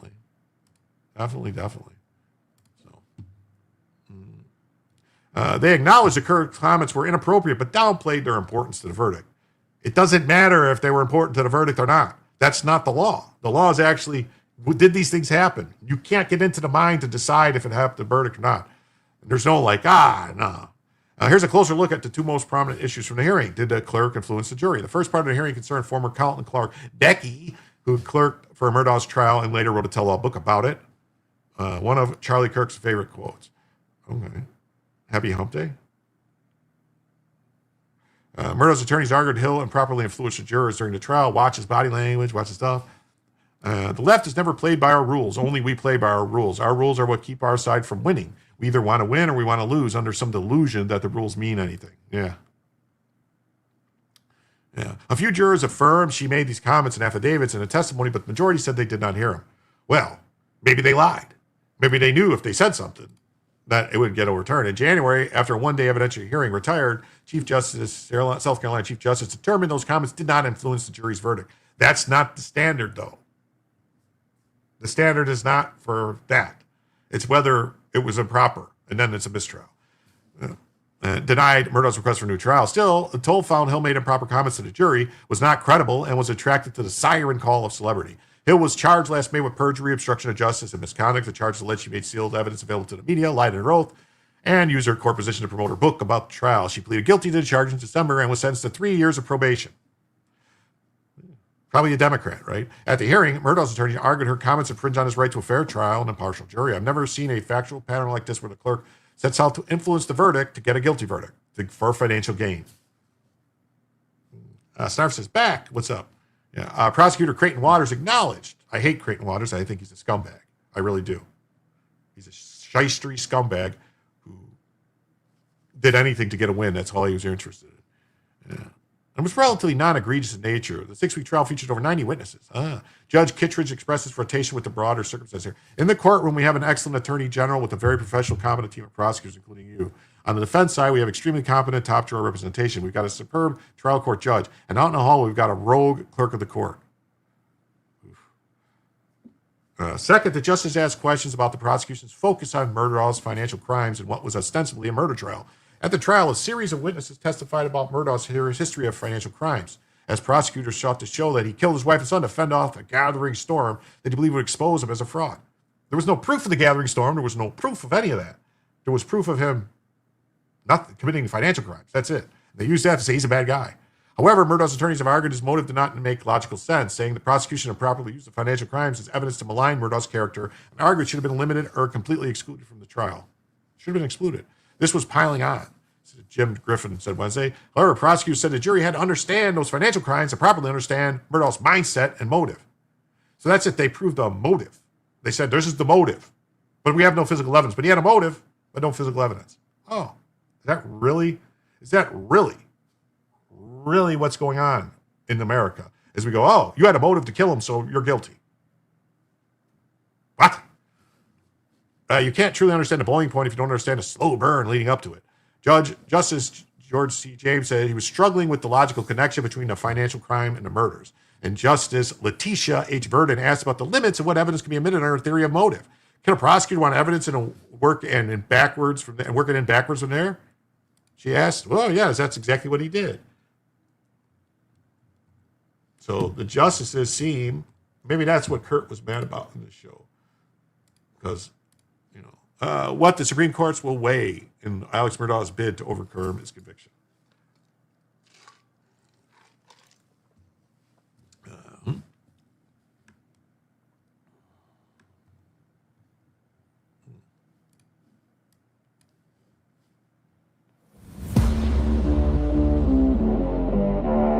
Tune in. Thank you for joining us on this Tuesday. The long-running Low Country saga of Alec Murdaugh continues on Wednesday in Columbia. Well, his defense team will appear before the South Carolina State Supreme Court to overturn his March 2023 double murder conviction in the death of his wife and his son.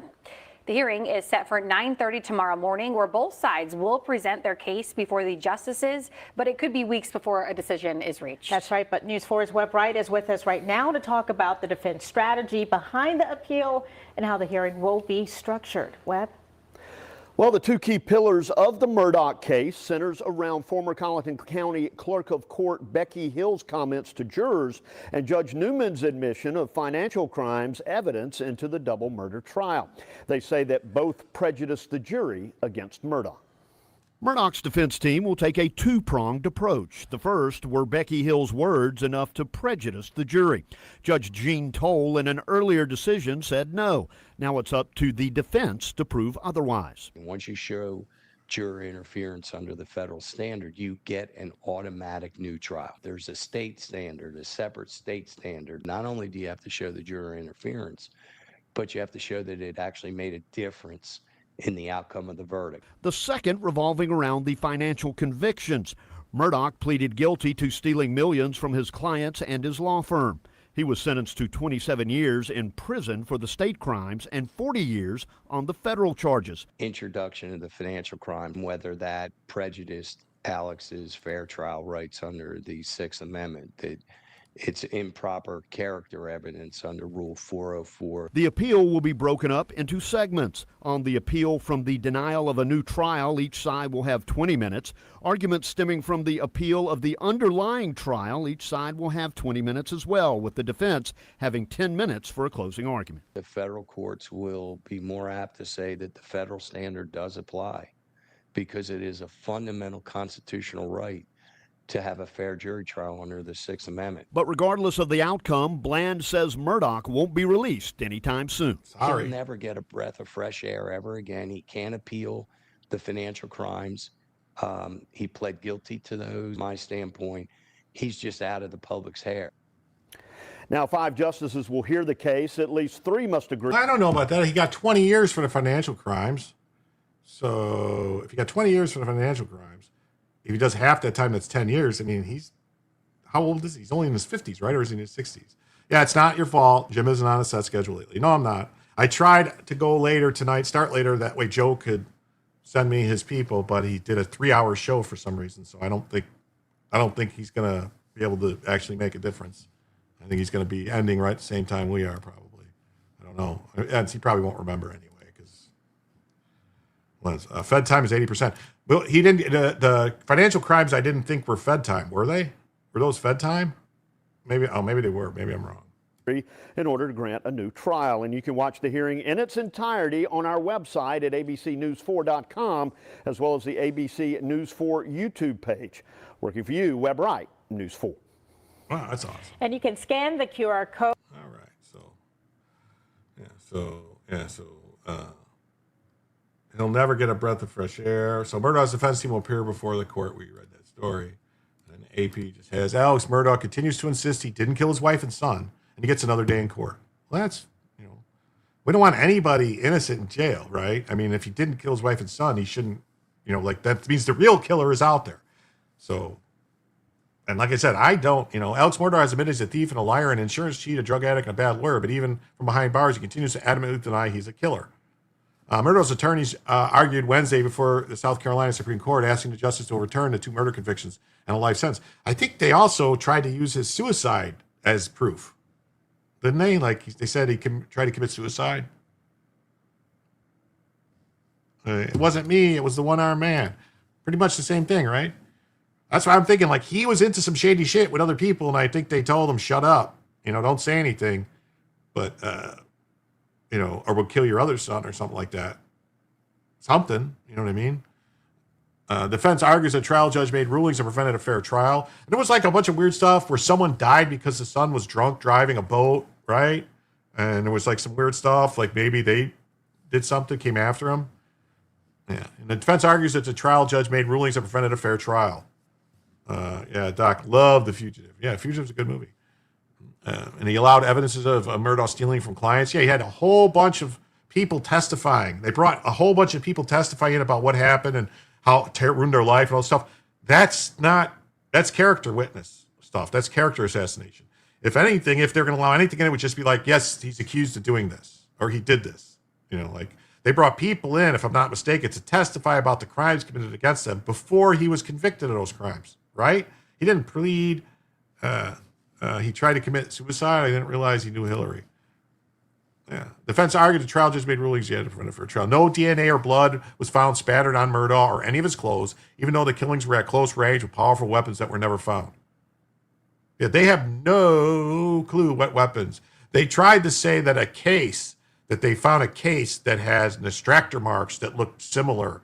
So they were like, tool mark analysis. Here's the problem with tool mark analysis now that CNCs is what's creating all these weapons. All these weapons are being done by CNCs, and all the parts are being made to like a high standard. It's not like before where things were handmade and every extrusion mark and every scratch and everything was different. They are all identical now, the tool marks. All identical. Because everything's made exactly the same to within thousandths of a millimeter. So they're not inspecting it and getting that stuff. David Jansen TV show, yes. His son killed a couple of kids in a boat while drunk hitting a bridge. Yeah, that's what I thought. Yeah, so I think Maybe that had something to do with it. How ironic, it was a movie about a corrupt drug company framing someone for exposing a dangerous drug they lied about. A totally Hollywood fever dream, right? Right? All right. They could not even prove the son was driving the boat. The dead girl's side refused to believe it. Oh. Okay. Maybe the son wasn't driving the boat. I don't know. Maybe. I don't know. So. And they said the court clerk assigned to oversee the evidence in the jury trial influenced jurors. Well, we know that. That's not just what they said. That's a proven. See, the fact that they don't say that she pled guilty to it. She admitted it. Hoping to improve sales of a book she was writing. She has since pleaded guilty to lying about what she said and did to a different judge. Yes. So that's not, they said that's evidence elicited in court. Confessions and everything. So, what does it say? Prosecutors argued the clerk's comments were fleeting and that the evidence against him was overwhelming. Doesn't matter. His lawyer said it didn't matter because the comments a juror said she made, urging jurors to watch Murdoch's body and listen to testimony carefully, removed his presumption of innocence before the jury ever deliberated. Yeah. Hey, Spuds, what's up? Great to see you. It's awesome. If only people who may be innocent get a fair trial, then our Constitution isn't working. So are they admitting he's guilty? He shouldn't be admitting he's guilty. It kind of seems like even before CNC machines, the best you could do with tool mark is narrow it down to a batch, but not the individual unit. That's what I'm saying. This whole thing, that's what it was tool mark evidence. Tool mark evidence is bogus science. It's worse than bite mark impressions, which were proven not good. Like, they had to stop doing that. All the people that they locked up on bite impressions were, maybe some were guilty, but a lot were probably innocent. The case continues to captivate. There are streaming miniseries, best-selling books, and dozens of true crime podcasts about how the multimillionaire Southern lawyer, whose family dominated and controlled the legal system in the tiny Hampton County, ended up in a maximum security South Carolina prison. Even if Murdaugh wins the appeal, he isn't going anywhere. Hanging over his 57-year-old head is a 40-year federal sentence for stealing more than $12 million from clients. So it's a 40-year sentence. Oh my God! I thought, why would a tool mark, a bite mark, is less reliable than phrenology? Phrenology. Yes. Hey, tired of fighting this crap, switching the phone to watch and listen to the show. Hey, okay. Thank you. Thank you for being here. Thank you for being a friend. He said he deserved to go to prison for what he did financially, but he can't accept the fact that he was convicted of murdering his wife and son, for which he constantly proclaimed his innocence, said Jim Griffin. Wednesday's state Supreme Court arguments featured the same lawyers who squared off at Murdaugh's 2023 murder trial, although Murdaugh was not there. Did the clerk influence jurors? Former County Clerk Rebecca Becky Hill pleaded guilty in December to obstruction of justice and perjury for showing a reporter photographs that were sealed as court exhibits and then lying about it. The justices pressured prosecutor Creighton Waters to say whether the trial judge, who initially rejected Murdaugh's appeal, was right to ignore testimony from a few jurors, while believing the 11 who did not accuse the clerk of misconduct. Waters agreed there was problems, but said it was so isolated in the 6-week trial that he had no impact. Murdaugh's lawyer said it's impossible to figure out because jurors could be influenced subtly without realizing it. That's why it's not, they have to prove it. It's just still here, just switching equipment. Okay. It was improper, perhaps not improper to the point of reversal, but it was improper, Chief Justice John Kittredge observed. There'll be no immediate decision. Rulings usually take months to be handed down. We understand the gravity of the situation and the entitlement of every individual fair trial. Prosecutors reiterate the evidence of conviction. Prosecutors have said in court papers there's no reason to throw out the guilty verdicts. They carefully recounted the case. Murdaugh's financial situation was crumbling as he stole from clients. So it's all about the stealing. This might be a problem for them because in their art, the Supreme Court's already like, why are you saying this stuff about his financial crimes that happened way before and had nothing to do with this? Our judges are complete jokes. Time to go Andrew Jackson, a lot of them, yeah. And then putting this in there, like, yes, and his drug habit. And he was financially vulnerable when Paul Murdaugh caused a boat crash to kill the teen. The beef recalls evidence that helped convict Alec Murdaugh, who told investigators for months he hadn't seen his wife or son for about an hour before they were killed. That story went unchallenged until investigators cracked the passcode on his phone and found a video with a barking dog and Alex Murdaugh's voice admonishing it 5 minutes before the young man stopped using his phone. And that whole thing about stopped using his phone, maybe he just stopped using his phone. Maybe somebody showed up and he was arguing with him. Who knows? Who knows? Maybe when the recording was when Paul got in the car to leave. Alec got in the car and left. because they know he left and drove and then turned around and raced back. Right? Or no, didn't race back, or just drove real fast. That's what I tried to say. His speed, how fast he was driving, proved he was. That's right. His speed of how fast he was driving proved he knew something. The defense said court allowed an unfair trial. To establish Murdaugh's motive at trial, prosecutors presented more than a week of testimony about a dire financial situation, including how he had stolen multi-million-dollar insurance settlement from the son of a longtime family employee who died of a fall in the Murdaugh home. Walters said it was all critical to the big picture of the unique crime. So he was planning on killing his wife and son the whole time? Is that what they're seriously going to say? Is that what they're seriously going to say? Really? You can't understand the boiling point if you don't understand the slow burn. Or you just all made this shit up in your head. In other news, did you guys see the U.S. women's team dog walk the Canadians 5-0? No, I didn't see it. The Chief Justice asked why prosecutors piled on so much financial evidence, including pointing out the family employee also had a disabled son. They could have caused the jury to think not only is a thief with a motive for murder, but he's a despicable, low-life character. The insular world of South Carolina, the state Supreme Court's decision could impact well beyond a courtroom. Sitting at the prosecution table on Wednesday's case, chief litigator was Republican South Carolina Attorney General Alan Wilson, a candidate in November's election for the open governor's seat.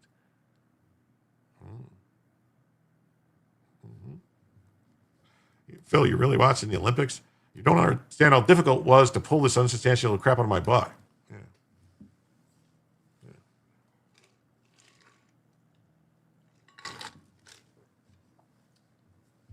That trial was just character assassination of Murdaugh. That's all it was. He's a bad guy. Convict him. Of course he did this. Look at all the other shit he did. I mean, that's not how American courts are supposed to work. But I did have a very special illegal alien update to run if we hit the extra hour, but I don't think it's going to happen. I'm going to run a little long. I'm going to see if Joe actually remembers to raid. I'm going to try to stay live to see if he raids. So we'll see what happens with that. So this story says Senator Thune rules out filibuster change for the SAVE Act. That's right. He rules it out. No filibuster change.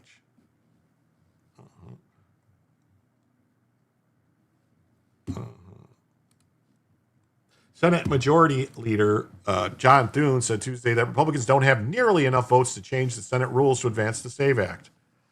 You want an update on Bella? How is she feeling? She's still sick. I've got an appointment. She's got to go see a gastroenterologist, like a dog gastro specialist. So I didn't know they had those. So we'll see. Hey, what's up, yo? What's up, yo? A House passed measure backed by President Trump that would tighten proof of citizenship requirements for federal voter registration. Thune dismissed talk of lowering the 60-vote threshold that typically applies to moving most legislation through the Senate. They could just make them have to actually filibuster, not just go, well, they said they're going to filibuster. Make them sit there and do it. Make Democrats sit there and do it. That way, if they were smart enough, that's what you would do. Get the video clips of the Democrats standing there, refusing to allow you to secure the elections. I wonder if Vance, as president of the Senate, can override. Can't hurt to try. I don't think it works that way. Thune dismissed talk of lowering the vote. Yes. It's not just me being unwilling to do it, saying they're nowhere near so close for it. There aren't anywhere close to the votes, not even close. The comments came as Senate Republicans weigh options for forcing action on Safeguard American Voter Act, known as the SAVE Act. The SAVE Act would bar states from accepting or processing federal election registration applications unless the applicant presents documentary proof of U.S. citizenship. Hello? How is that not already a thing? The bill specifies accepting documents and requiring an alternate process for additional evidence. Hey, what's up over on Kick there, Motal? Hola, ¿cómo estás? Muy bien, gracias. Hola. His X is all messed up. Yeah, X has been working like crap for me, dude. Like on the phone and everything, it takes forever to load. You know, keep acting like it's a new account. They'll say, oh, this is how you access your timeline. Like something's going on. Like, I don't know. He changed the Senate rules to create a pathway for legislation that doesn't have a future while leaving open the possibility of other procedural changes. One option discussed was a conference pushing by Mike Lee. Lee's proposal would interpret Senate practice with Dems would have to continuously hold the floor with active debate to block the bill. Yes! What's it says? Habla español, prefieres que traduzca. Okay, what's up, dancing rat? Okay. Thune has warned such a move could tie up the Senate floor for an extended period and limit work on other priorities. Oh, well. Other Republicans have cautioned against reinterpreting the rule. Senator Lindsey Graham, oh yeah, Ladybug Lindsey, says that filibuster changes could reshape the Senate and risk eroding the minority party's ability to slow legislation. See, that's all the Republicans want to do is slow it down. Just slow it down. Just slow it down. Slow it down. You're going too fast. Slow it down. See, Ladybug Lindsay says just slow it down. Just keep it nice and slow. Don't go too fast. Keep it nice and slow. Senator Lee's measure has been referred to the Senate Committee of Rules and has no further action shown. That's crazy. Crazy. So crazy. And this says, Save Act dead. Senate Minority Leader rules out making any change to get it passed. Senate Majority Leader, should be Minority Leader. They even have a Democrat. They have John Fetterman is for this. So what? Senate Majority Leader said the upper legislation chamber's filibuster rule will remain in place. 80% of the American public, 80% of the American public is for this. 80%.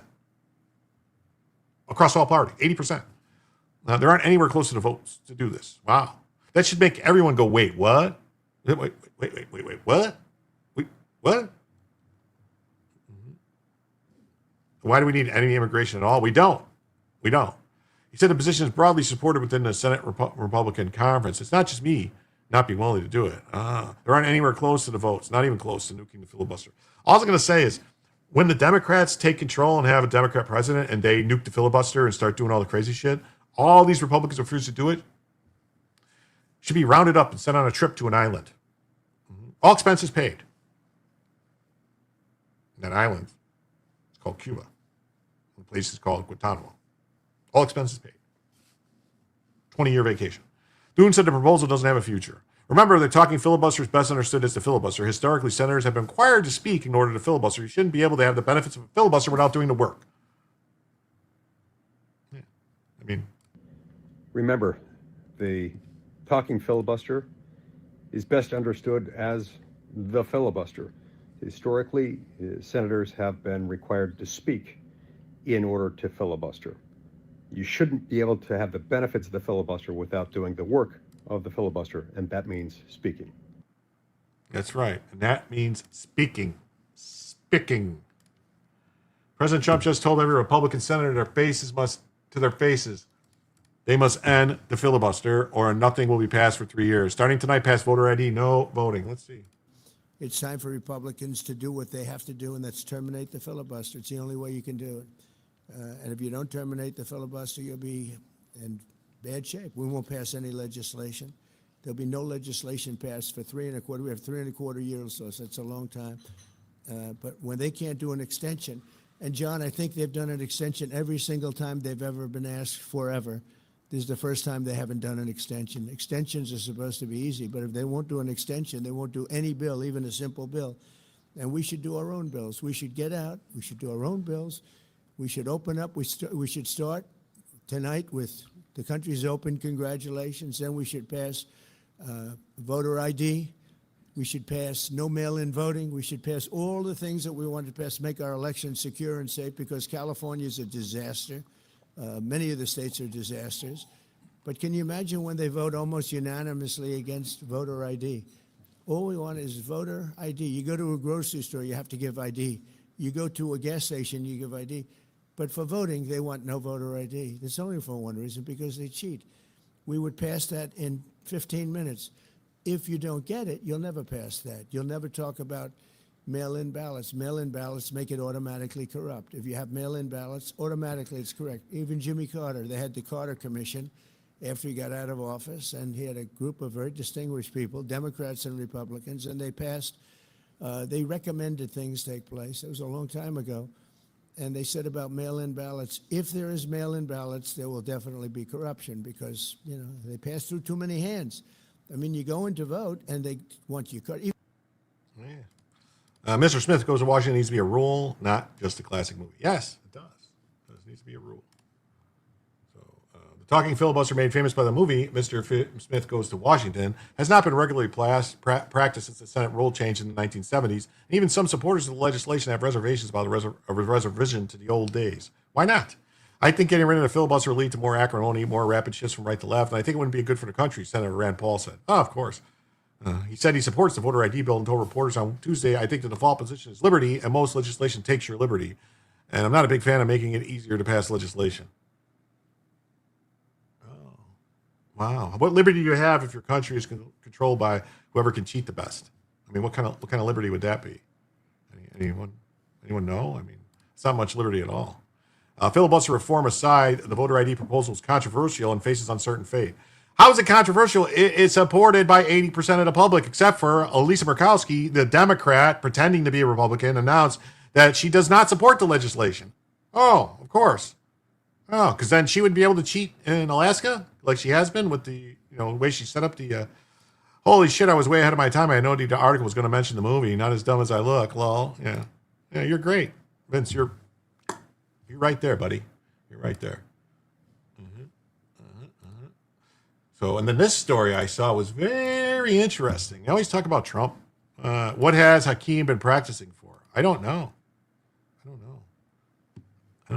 Close Maduro ally pardoned by Biden. So Biden pardoned an ally of Maduro is once again a target of a criminal investigation.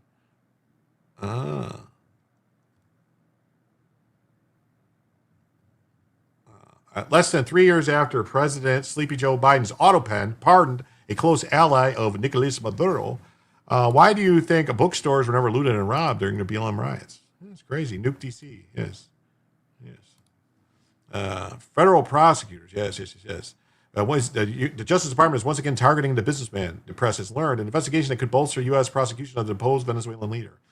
Federal prosecutors for months have been digging into Alex Saab's role in a bribery conspiracy involving the federal government Venezuelan contracts to import food, according to two former law enforcement officials who spoke to the AP. Well, of course, because Biden was probably getting paid some money. That's why he pardoned him. Guaranteed. Biden took payments. He amassed a fortune, this guy Saab, through Venezuelan government contracts, but the Colombian-born businessman, long described by officials as Maduro's bagman, fell out of favor with the country's new leadership that took power following the U.S. ouster of the Venezuelan president last month. Uh-oh. So somebody told him about him, probably the people that took over in there. What's it say? They also never looted work boots, but they sure as shit were stealing Nike shoes. Yeah, and then that old saying about how do you starve someone is you hide their food stamps under their work boots. Yeah, 10% for the big guy, yes. The Justice Department's newfound interest in Saab is taking place against the backdrop of the Trump administration's efforts to stabilize relations with the oil-rich nation. The investigation stems from a 2021 case the Justice Department brought against Saab's longtime partner, Alvaro Pulido, the former law enforcement official said. The prosecution out of Miami centers around the so-called CLAP program, set up by Maduro to provide staples, rice, corn, flour, cooking oil, and to poor Venezuelans struggling to feed themselves at a time of rampant hyperinflation. Maybe communism is a bad thing. You ever think? Maybe that's the case. Maybe communism is bad. Maybe. So the new renewed scrutiny marks a reversal of fortunes for Saab, who escaped an earlier U.S. prosecution for an unrelated bribery scheme after Biden pardoned him as part of a prisoner swap for several Americans jailed in Venezuela. His whereabouts remain unknown Tuesday, days after conflicting news accounts suggested he may have been detained or brought in for questioning, at least temporarily, by officials in Venezuela at the request of the Trump administration. Well, that would be a big change if Venezuela was arresting people for us. Neither U.S. officials nor acting President Delcy Rodriguez's government has commented. Luigi Giuliano, an Italian attorney, said he met with Saab last week in the Venezuelan capital and denied he was detained but declined further comment. Saab's U.S. attorney, Neil Schuster, a real shyster, that Schuster, didn't comment. Are there bookstores in those neighborhoods? Maybe. Since taking over for Maduro on January 3rd, Rodriguez has demoted Saab, firing him from her cabinet and stripping him of his role as a main conduit for foreign companies looking to invest in Venezuela. Biden pardoned Saab over objections by law enforcement. Over the objections of law enforcement, of course, because they hate law enforcement, Biden in 2023 agreed to free Saab in exchange for release of several imprisoned Americans and Venezuela's return of a fugitive foreign defense contractor known as Fat Leonard. The deal came as part of an effort by the Biden White House to roll back sanctions and lure Maduro into holding a free and fair presidential election. Well, how did that work? They cheated and came up with ballots in the middle of the night, just like somewhere else. Odd. Just like somewhere else, using the same machines. Maybe that's what they're talking about.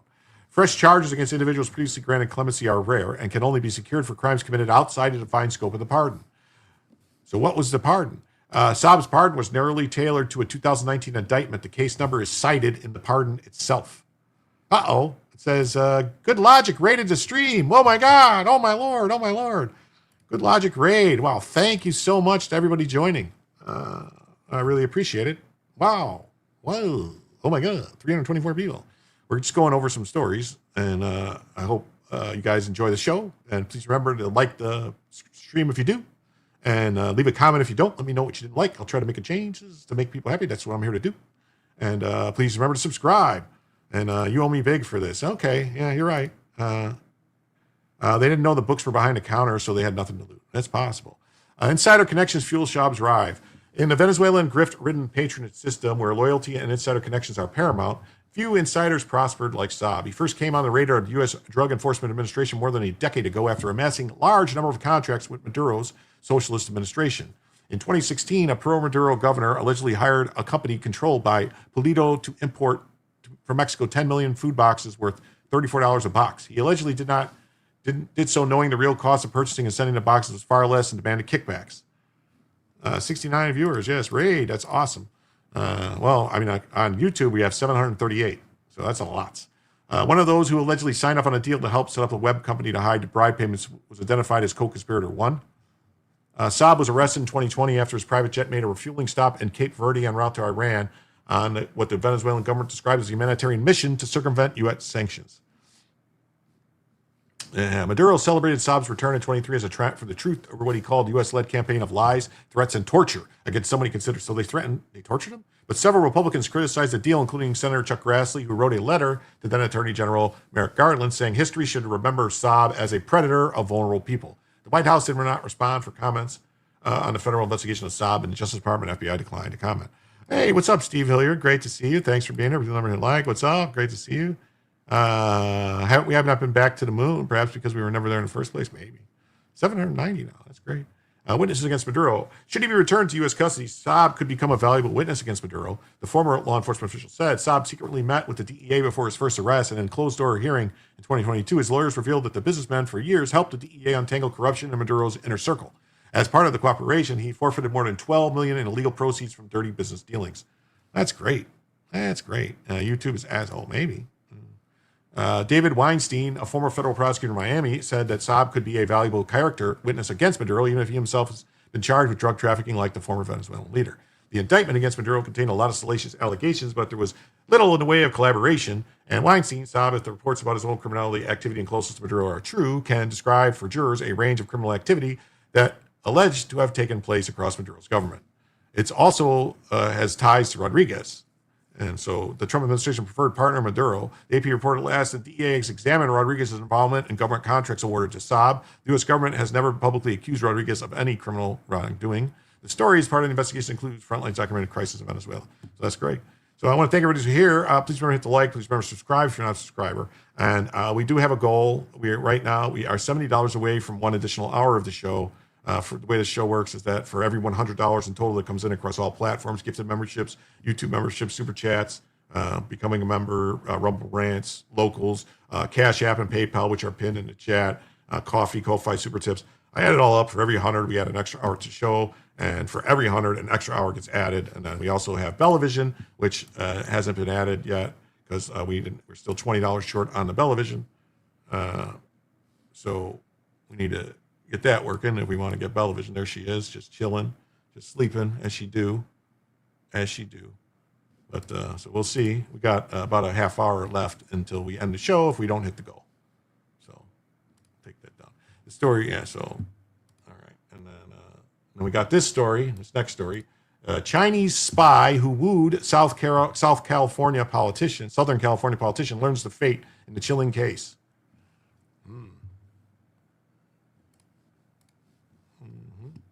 So, a Chinese spy wooing California politicians. Where have we heard that before? I want Maduro to admit the election machine fraud. Me too. Zillion says, have fun, everyone. Make sure to smash the likes button like it's Sydney Sweeney. I had to get dressed and get ready for my thing. Oh, well, congratulations, Zillion. So a Chinese spy cozied up to a California city councilwoman and helped get her a new political star elected in 2020 in advance of Beijing's interest. Oh, look at that. Brian Oldenkamp with 20. Well, thank you so much. So that means we're going to add Bellavision back because that 20 means that we got Bellavision. Yeah. So as of right now, we are now 50 away from an extra hour of the show.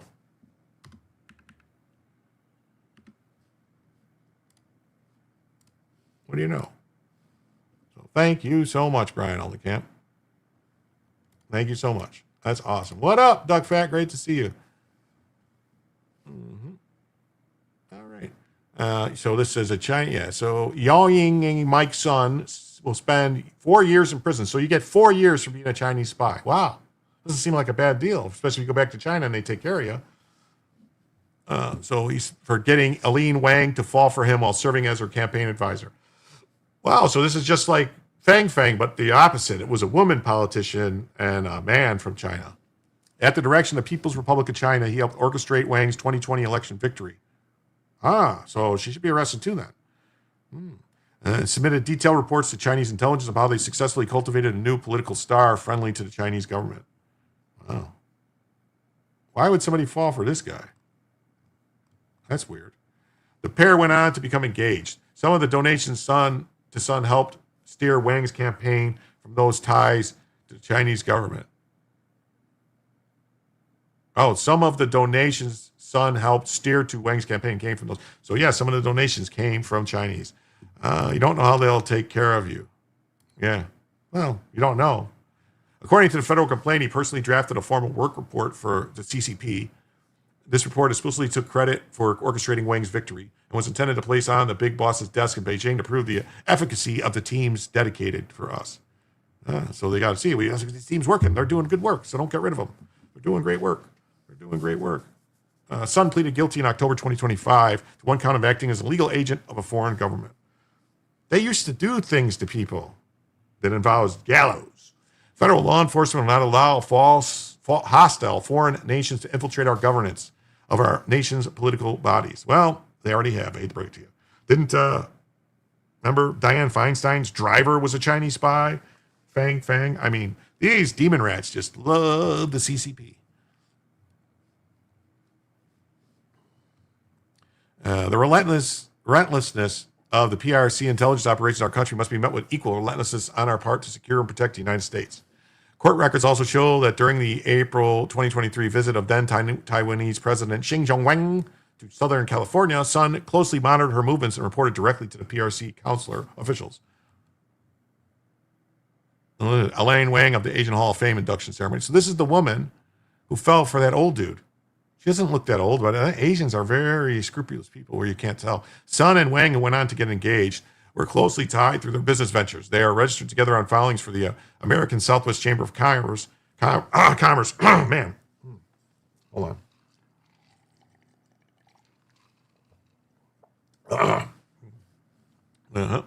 And it's an association meant to promote communication with Chinese Americans in the Southwest. Sun ran a media site with Wang called U.S. News Center. Wang has not been charged, and sources said there's no evidence she knew about Sun's espionage activity.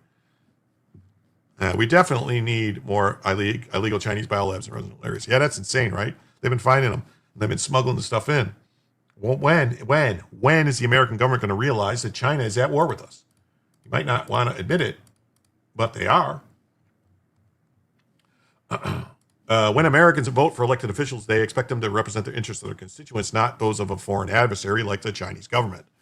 The Assistant Director, Roman Rahovsky, of the FBI's Counterintelligence and Espionage Division, by exploiting his position as a campaign advisor, Yang Sung attempted to undermine our political processes. The case against Sun was brought during the Biden administration as U.S. officials raised concerns that China was seeking to influence local elections by backing candidates friendly to Beijing. They called them a restaurant. His co-conspirator, John Chen, a.k.a. Chen Ju, was sentenced in 2024 to 20 months after copying to charges of acting as a legal agent of the PRC to conspire to bribe a public official. Sun also requested a budget of $80,000 to fund a pro-Beijing drum band and float for the July 4th parade in D.C. The goal was to counteract hostile forces like Falun Gong and false flag Taiwanese representations in major U.S. parades. A communication between him and his co-conspirator revealed. What? Chen was a high-level member of the PRC intelligence apparatus who regularly attended elite Chinese Communist Party functions, including military parades, and met personally with Xi Jinping, the Fed said. How's it, Tater? What's up? Great to see you. Like Tim Walz isn't a Chinese agent. Oh, he is. Yeah, bella, bella, bella, bella, bella, boop. Boop, boop, boop. Okay. Chinese man gets just 4 years prison sentence for acting as an illegal agent of China. The defendant served a pivotal role in Beijing's effort to influence U.S. politicians in their favor at all levels of government. That's called a spy. And spies go to prison for a long time, not 4 years. Look at this. Frank Fang. What do you know? They got a Chinese guy. The egg roll of death, yes.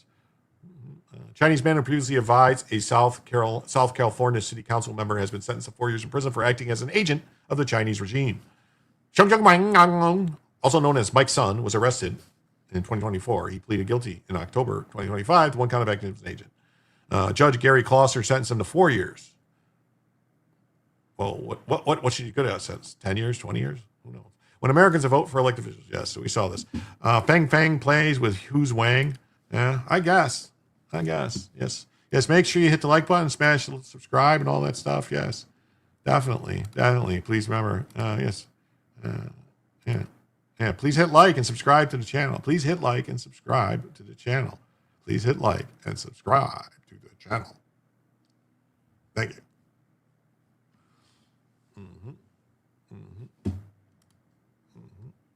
Okay. And this story I think is very interesting. I don't know if any of the lawyers covered it, but I think it's very interesting. Fang Fang is a hoot war. Yes. Don Lemon hires ex-federal prosecutor who quit in protest over the Renee Good probe.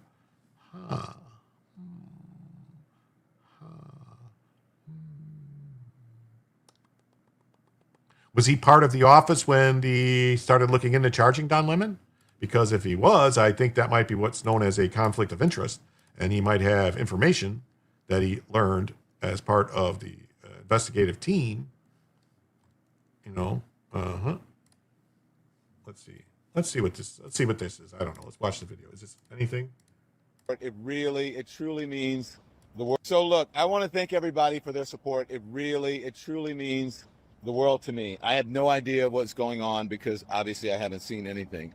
I have spent my entire career covering the news.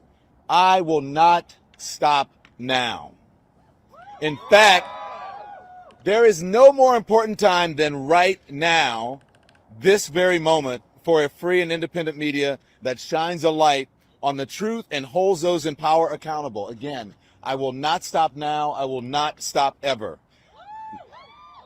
Last night, the DOJ sent a team of federal agents to arrest me in the middle of the night for something that I'd been doing for the last 30 years. Wait a minute. So he's been committing crimes over the last 30 years? He's been violating federal law for the last 30 years? Holy fuck, man. He has to read that. Yeah, so lefty pundit Don Lemons hired a former federal prosecutor in Minnesota who sensationally quit in protest over the fatal shooting of anti-ICE protester Renee Nicole Good, a terrorist, to defend him against charges over the storming of Minneapolis church. Lemon tapped Joseph Thompson. So clearly he was a leftist guy. He's a leftist weirdo. Clearly, the lawyer. So yeah, he's been committing crimes. That's right. He's committing crimes. Hey, there's 725 people watching right now and only 70 likes. That's like 10%. Like, come on. We get more likes. Please hit the like and subscribe, please. It really helps. Push it out there. Thompson, a roughly 17-year veteran of the Justice Department, who also, the prosecutor sounded the alarm on a state sprawling social services scam. I don't think he was. It estimated to be $9 billion may have been stolen. Yeah. So what we've seen in Minnesota is not a handful of bad actors committing crimes. It's a staggering industrial scale fraud. Really? Huh. Really? Really? What is going on? How did this happen? What happened?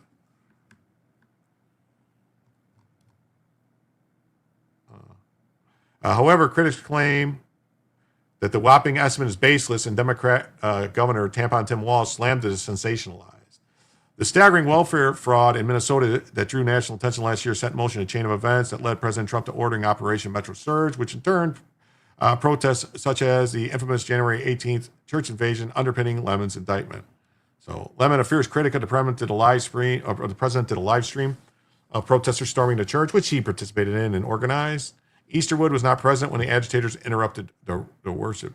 The agitators were targeting Pastor Dave Easterwood, who also works as an immigration enforcement officer. The former CNN anchor gathered alongside protesters in a parking lot. So, He was arrested on January 30th when in California covering the Grammys. He faces 10 years of prison in the Trump administration. Officials have disputed that, contending that he was using his role as a journalist to shield himself from liability. Yeah, you don't get to commit crimes and do that. So a few independent journalists, fellow independent journalist Georgia Fort was also arrested and charged for her actions. 7 other participants were arrested and charged. Thompson will assist Lemon's defense alongside Abby Lowell, who has represented a handful of high-profile clients. So this guy clearly got brought in to tell him what, to basically steer dirt and stuff. That's what this is going on here. He's going to give inside information and stuff that would not be given. That's what's going on. It's a shady move. Shady move. All right.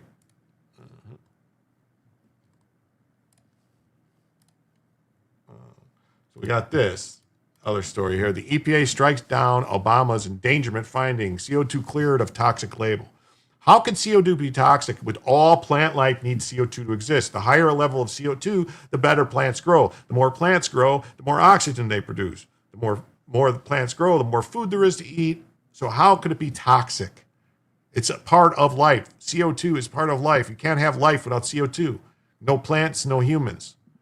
In 2007, the Supreme Court's climate change ruling, Massachusetts versus EPA, permitted the EPA to regulate carbon dioxide under the Clean Air Act of '92. Following the court's directive after expensive manipulation of science process and spread of disinformation by the mainstream media, Obama's EPA, Lisa Jackson, entered an endangerment finding in 2009. Why wasn't this ended during Trump's first term? The agency decided that 6 key greenhouse gases, including carbon dioxide, methane, and others, endanger both public health and welfare, laying the groundwork for hyper-regulation that restricted both prosperity and personal liberty. Yeah, well, the same people who think CO2 is toxic can't define what a woman is either. See a pattern?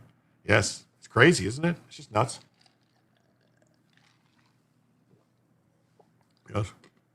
Yes. And it's led to the agency essentially waging a war on fossil fuels, a war on appliances, a war on meat.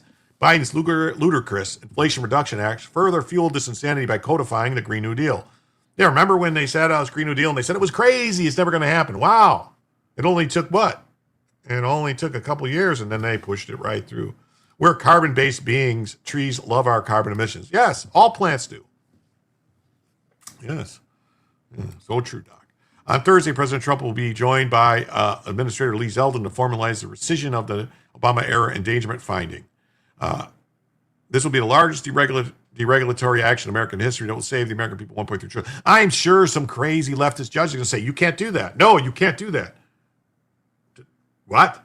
We're stopping something. No, you can't do it. You can't do it. The revocation of the endangerment finding will represent the Trump administration's biggest broadside yet against efforts to combat the fake climate change and would be a boon for the fossil fuel industry that's fought against climate regulations for years. The endangerment finding determined that greenhouse gases pose a risk to public health and welfare and give the EPA authority to regulate them. The agency will immediately end the treatment of life-sustaining gas known as carbon dioxide as if it were a toxic gas. This will give many of our industries a respite from the burdens imposed by the based on pseudoscience and global warming. Yes, because why didn't they do anything of this during Biden's administration? They've already been taxing. Why didn't they get rid of it? Or why? I mean, they were already putting taxes and doing all this stuff. Part of it was that Green New Deal, which was the Inflation Reduction Act. But it's crazy that the paper that this was all based on was actually withdrawn, whatever it's called. It was the paper was retracted, and it was so flawed that they couldn't even correct it. It was like Nature magazine. This action will be the largest deregulatory action in American history. It will save the American people $1.3 trillion in crushing regulations. The bulk of the savings stem from reduced costs for new vehicles, with the EPA projected average vehicle savings of more than $2,400 for light-duty trucks and cars. Wow.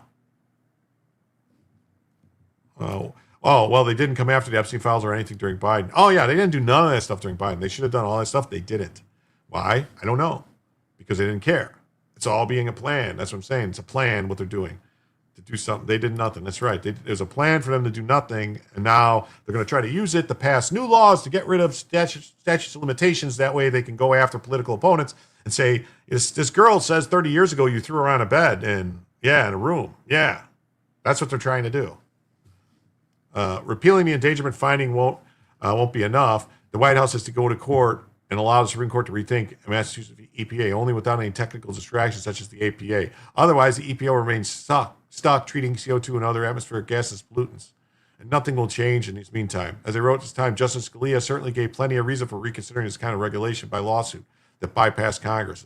The trip to the courts is likely to be quick. Meanwhile, sit back and enjoy the climate hysteria being offered by the climate hucksters. Some climate change could be irreversible if the planet heats up enough to cross the tipping points, such as the melting of ice sheets that could be reformed. Senate Majority Leader criticized the administration's plan move as corrupt giveaway to big oil. How is it a corrupt giveaway to big oil when it's saving us money? The big oil company's still going to make them. They just pass it on to us. That's all they do. Who will pay the price? You're paying the price for all this stuff. Everything Democrats do is to cost you money and control you. Everything they do. Look at everything they do. Cost you money and control you. That's all they do. The Department of Transportation is also looking at rolling back Biden's corporate average fuel, the CAFE standards, reducing the required fleet-wide average from 50 miles per gallon to 34 miles per gallon. 50 miles per gallon. What?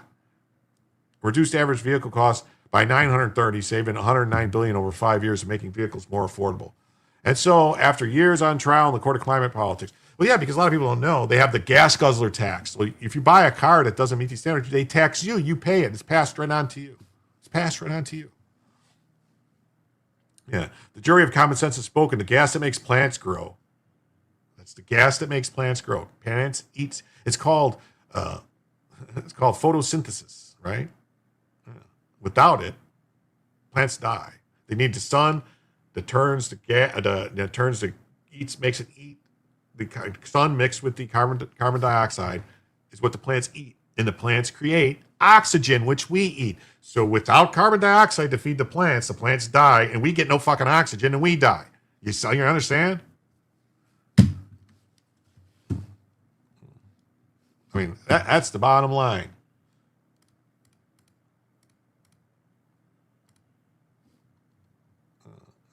So Zero Hedge just says, the largest act of deregulation in U.S. history, Trump to reveal the greenhouse gas deal. I used to sell CO2 to guys who wanted their plants to survive underwater. Oh, cool. New York Post just says, Trump's about to cancel Obama's most outrageous power grab. Money is great, like in fish tanks. Oh, yeah. Okay. Breitbart says, EPA will repeal Obama administration's legal basis for the greenhouse gas regulations to bring car and energy prices down. Yeah, sounds good to me and stuff. So, I don't know.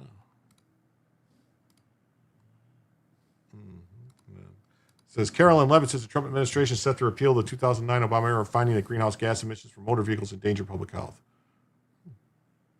CO is not the same as CO2. Well, they're talking about carbon and carbon dioxide. It's two different things. They conflate it. They're talking about CO2 gas. So they're planning to repeal it, and it's going to be what it's going to be.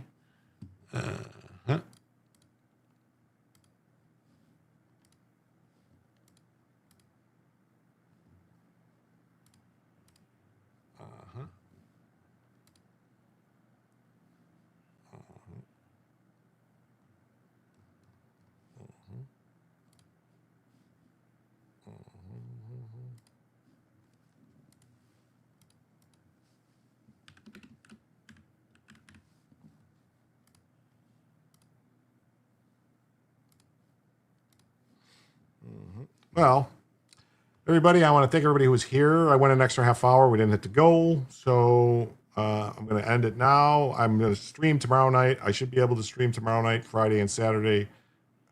Again, hey, Forging Freedom, great to see you. How's everybody tonight? Crazy Insomniacs. The Gym Insomniacs are all here. But like I said, we didn't hit, can I get you to raid someone? I don't know how it works on Twitch. I don't know how it works on Twitch. At all. I don't know how any of it works on Twitch. I'm sorry. But I want to thank everybody who was here. Thanks, Jim and Arabella, friends. So I want to thank everybody who's here. Please remember to hit the like and subscribe if you haven't already. I'm going to send you over to see this guy, Pat Dixon, who sings songs and does stuff. Hashtag raid and then the name. Go ahead and do it yourself. Ice House for Life. Go ahead and do it yourself. I don't know how to do it. I want to thank everybody who's here. Please remember to like and subscribe. And thanks, everybody. See you all tomorrow. Bye-bye.